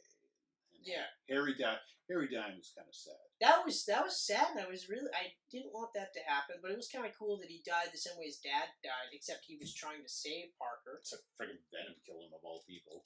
Yeah. And then killing off Venom. Okay, I guess it had to happen. Yeah. But that was kind of cool, when he's got the bars, and just bam, smash them all around and stuff. I thought that was kind of neat. Yeah. Visually very cool. The whole movie actually is it's visually pleasing. It's a really good looking movie. Yeah. There's just nothing really to it. There's no real substance. Exactly. There's no substance at all. I mean, sure. And there's too much going on. Yeah. Way too much. There's much. This should have been a two-parter. You should have had Sandman in there. If you don't want Vulture, fine, don't have Vulture. But Eddie Brock could have been introduced. Yep. And then you could have brought in the black costume halfway through the movie. You could have also had a longer stint in the black costume. Mm-hmm. You could have still had the big fight in the sewers with Sandman. Yep. And then you could also, he could have got the black costume earlier enough so that when he's acting like a douchebag, it's because the suit is making him act like a douchebag, right? Mm-hmm. Maybe have it so that the suit is mimicking the spider suit, like the red and blue suit, but then the more he wears it, the darker it gets, right? Right, yeah. So then, now he's like, the time about Spider-Man, so then she's just like, wait a minute, what's going on? Because then at least I can go, oh, right from the beginning, the suit was already, I gotcha, right? As opposed to, you're already a piece of shit before this. Yeah. Right? That's the real problem there. Is that he was doing this before that suit. Right. Exactly. So it's that part really bugs me. The stuff with Harry, is really great. It's largely good. It's largely good. The CGI with when he has the mask on and stuff like that is a little on the shit side, but still really cool. I don't like the design though. A new Goblin. If he's not gonna look like a goblin, don't call him a goblin. Yeah, why is he? Yeah. Just because he has pumpkin bombs. He didn't sit there and go I'll call myself New Goblin. Mm-hmm. He's just no, I'm gonna go kill Spider-Man. I'm not gonna spend 3 days coming up with a cool nickname. There's just I'm looking at my notes here. I'm trying to make the stuff that I like sound better than they are, but they're not. I hate that the series ended with Peter and MJ split up, because the whole time I was looking forward to that. They're pretty much split up. Yeah, they're not together. They don't say that they don't actually say they're back together. They're on maybe terms. They're on maybe terms, yeah. And I also hate that we never got to see Dylan Baker become the Lizard, which is where the fourth movie was going. He was in the second and the third. You knew. And the Lizard was the second that he was in the first time I saw him in the second movie, I was like, oh my god, we're gonna see the Lizard. Yeah. And for them to then have him again in the second one, or the third movie, sorry, you're like, oh yeah, we're really gonna see that. And like you said too, have Brock at the beginning and thread him through, because then when he ultimately does get fucked over by Spider-Man and Peter Parker, then there's more weight to it, right? Because now it's not just 10 minutes or 5 minutes. It was quick. It was just boom, Spider-Man out, or Peter Parker outs him, and then Spider-Man, he realizes that Spider-Man and Peter Parker are the same. Yeah. Instead of, like, in the comic books where it's Spider-Man keeps fucking over Eddie Brock, while at the same time, Peter Parker's just getting better pictures than Eddie Brock because he's a better photographer, and he's willing to do it on the right side. And then the suit happens, and then the suit says, hey, by the way, Peter Parker's Spider-Man. Mm-hmm. It's like, well, good, because I hate them both. Yeah. There's just none of it. There's no weight to this. They make it seem like there should be weight, and you should be like, whoa, but there's none of that. Because Kirk Connors is kind of helping him along with the symbiote, like teaching him about it, don't come in contact with it and everything. So I feel like if they would have ended this movie with Connors being the one to let Peter know how to get rid of this thing. Yeah. He's at the bell. I've done extensive the bell, testing. it falls onto Eddie. Eddie's becoming Venom now. You could have Kirk Connors doing the testing on himself and then, becoming the Lizard in the fourth. You could have had Venom and a Lizard in the fourth. They would have been insane on the screen together. Yep. And then you could have had Lizard eventually going against Venom and helping Spider-Man, like Otto did. You could have done that. You could have. You could have. Like, I mean, eventually Connors asserts himself in the Lizard body. You can Yeah. do that because they've done that in the comic books plenty of times. You're right. You could have done that. I know I kind of I don't know, but you could have definitely done you that. could have. And I definitely would have been like, that's pretty fucking Like sweet. currently in the Amazing Spider-Man, Connors has got control of the Lizard body. Yep. So I mean, it's doable. And what really pisses me off with Sony is the fact that they canceled the series. We never got an official ending to it. no. So they could go do the Amazing. And what does the Amazing do? Introduces Lizard, who would have been in the fourth Spider-Man film. Yeah, no, I know. It's just like, are you kidding Also, me? How far? Homecoming, Vulture. After them going, we don't want Vulture. Yeah, And now Vulture's in Homecoming. and it's it's just one of like, the best villains. it's Period. so fucking hypocritical. It's weirdly hypocritical. And I'm hoping Venom is successful enough this weekend because it's a trilogy. It's a planned trilogy. Tom Hardy has signed on for 3. He's pumped to do the second. I want Sony to stick to their guns and fucking finish something. That's what I want to. I also want them to at least keep Spider-Man out of this. Yeah. For one more movie. Yeah. Maybe have him at the end. If he ends up coming over and appearing in Venom, which I don't think Marvel Studios will allow, but if they it happens, they can't really say no. if it happens, They can't say no. Apparently they can. That seems so They weird. have control of Spider-Man, but Sony can do whatever they want with the rest of the characters. That makes no sense because I thought like wasn't the agreement to like you'll have like I'll do a Spider-Man movie and Marvel won't make any money from it, and then we won't make like Sony won't make any money from any of the Peter Parker like Spider-Man appearances. I'm pretty sure Sony is making a portion of whatever Spider-Man appears in. I'm almost certain that it's cut and dry like that. I could be wrong. I don't know. I could be I wrong. don't know. But I It's was a also weird- it's a under weird the thing. impression that they could have done whatever they wanted too. Like they could do what they want. It's just the agreement that they have with Marvel right now. Mhm. I don't know. It is a weird contract. So what I'm trying to say is I hope Venom's successful enough Yeah. that we get that trilogy. I agree. Because we didn't get an end to this. We didn't get an end to Amazing. They keep... Ugh, I'm glad though. I would have liked an end to it. I want them to finish something. That was going to be a trilogy. Excuse me. Yeah. So, fucking finish something. Yeah, I agree. Fucking finish something. At least with Homecoming, we know this story will continue now because Marvel Studios is going to make sure it That's does. right. That's right. Right? I agree. And it may... You know what? You notice Elizabeth Banks is in all 3 of these? Yeah. Betty Brennan? Yeah, I Isn't knew it that. funny? Isn't it funny that by the third movie, she decided to come back and do this bit role even though she was bigger by the third movie? Yeah, that part I was It's like, like, sure, I'll come back and it's do that more of a little surprise bit in the role. third movie. Yeah. Because you're just like, you didn't even have to. No. She didn't even have to be in the movie. Like, the She doesn't- character. Yeah, didn't have she to be in doesn't the do movie. anything. Yeah. I thought it was funny. It is kind of It's funny. a lot of cool visuals, but emotionally empty compared to the heart-filled first 2 films. Yeah, it is an empty shell. But then again, but also knowing what we know now, like of course it's gonna be an empty shell because Raimi's heart isn't in it. Right, his heart wasn't in it, You and know. I guess maybe that is a lot to do why we never got the fourth either. Well, that's maybe because he'd also. I'm putting all the blame on Sony, but maybe Raimi was like, you know what, I've been reading it too, where he was just kind of like, I can't do the movie that I feel you should get in the time that you've given me. so I'm gonna pull out. And then they said, okay, we'll reboot. Yeah. They gave us that awesome Spider-Man costume with the sunglasses, his shades, with his skateboarding rebel Peter Parker. With the huge hair. Also a nerd, but he's Twilight Peter. Yeah, Twilight Peter Parker. Mm-hmm. Was Edward Cullen? 100%. Yep. Edward Cullen. And gritty remake. Oh, it's gritty. And it is, because you got one of the brighter color palettes of characters, and it's a darker movie in general. Yeah.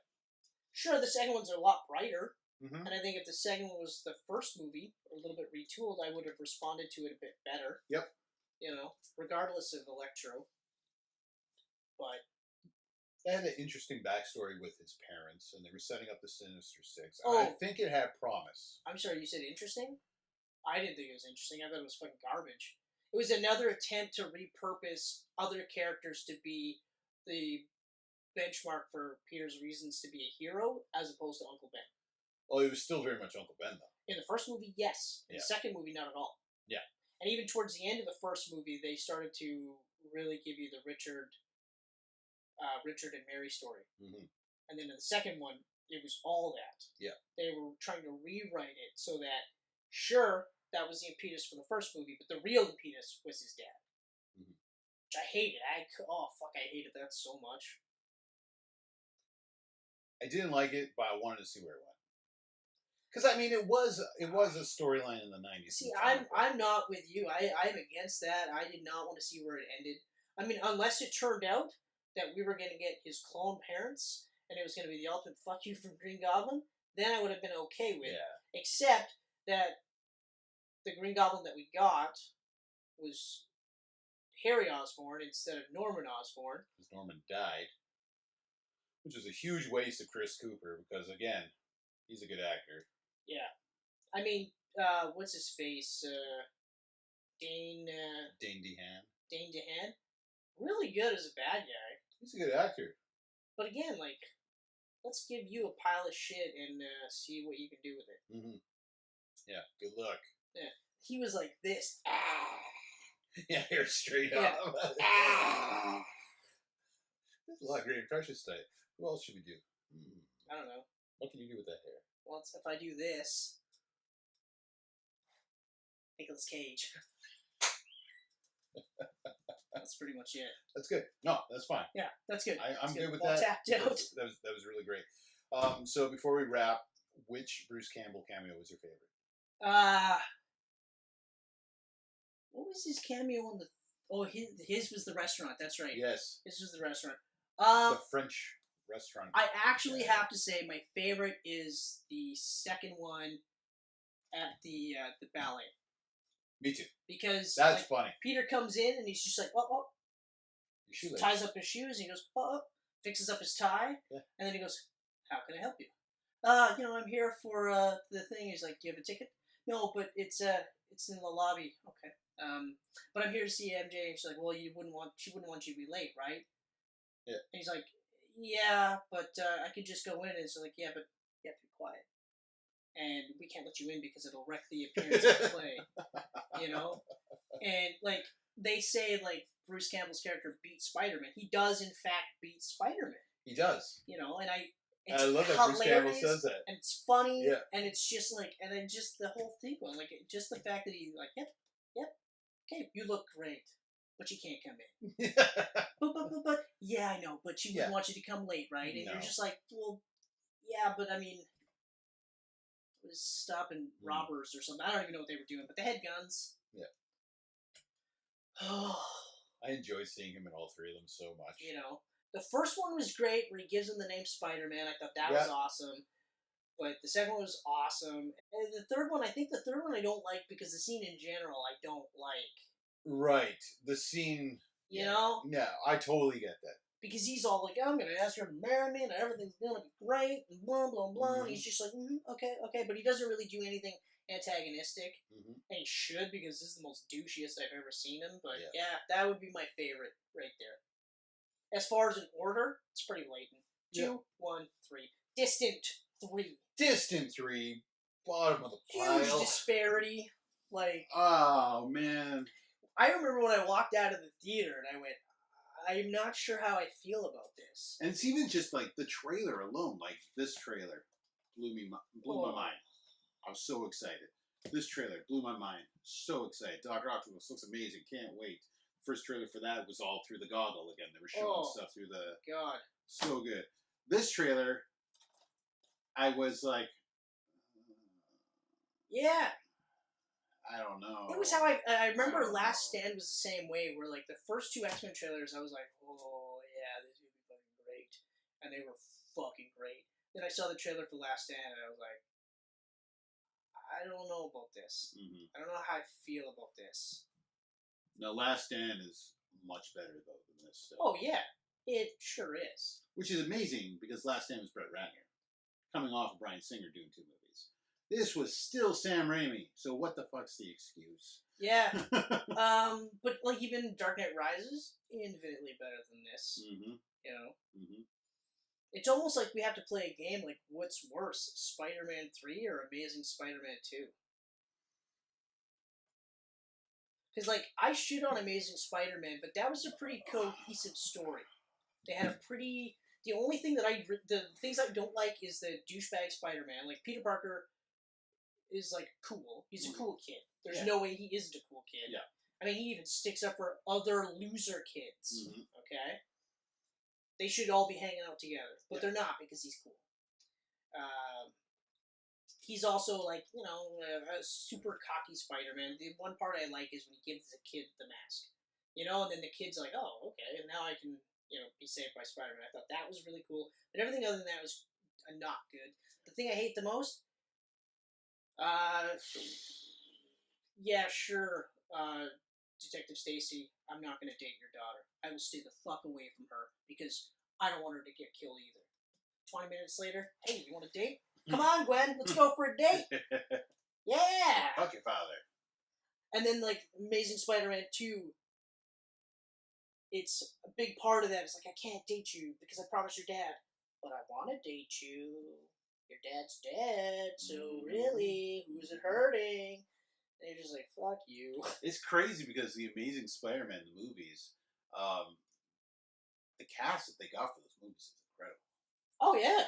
The chemistry between those two is through the roof. Martin Sheen and Sally Field as Uncle Ben and Aunt May. Wow. Yep. The chemistry between Andrew Garfield and Emma Stone. Wow. Dennis Leary is in there. It's great. I mean, like, well, the movies aren't good. Oh. Second one is worse than the first, which is weird to say. It should have been better. It is weird to say. Yeah. There's elements to it that are better, like it's a brighter movie. I definitely, you know what? Costume's better. Thinking about Spider-Man 3 is probably worse than the Amazing movies. Yeah, it is. Just because not only is it not good, but the disappointment that comes with it. That's right. Because I wasn't expecting anything with Amazing Spider-Man. Yeah, exactly. I wasn't like, this will be better than these ones. I was like, there's no way you're going to be better than number 2. Mm-hmm. Try your best, but you're not going to do it. Mm-hmm. Like, even with Far From Home, I'm like, try your best to be better than Spider-Man 2. Try your best. I don't think you're going to be better than Spider-Man 2, but if you try your best, then it's going to be a fucking great movie. Yeah. Yeah. So... 100%. So, that is the Sam Raimi trilogy. That is it. This is Camcast number 20. We're in the 20s now. Yeah, I know. This is also back-to-back Spider-Man shit. Yeah. Should number 25 be a double-size 4-hour episode, just like a comic book? Sure. And we'll charge you $7.99 for it. Oh, wait. I'm out. Oh. What? I'll split it with you. You get $4. I'm still out, man. Oh, okay. I'm still out. Still out? Because we're not sellouts, son. Oh! Not sellouts. That was an emo Chris Mercier thing to do. We're out.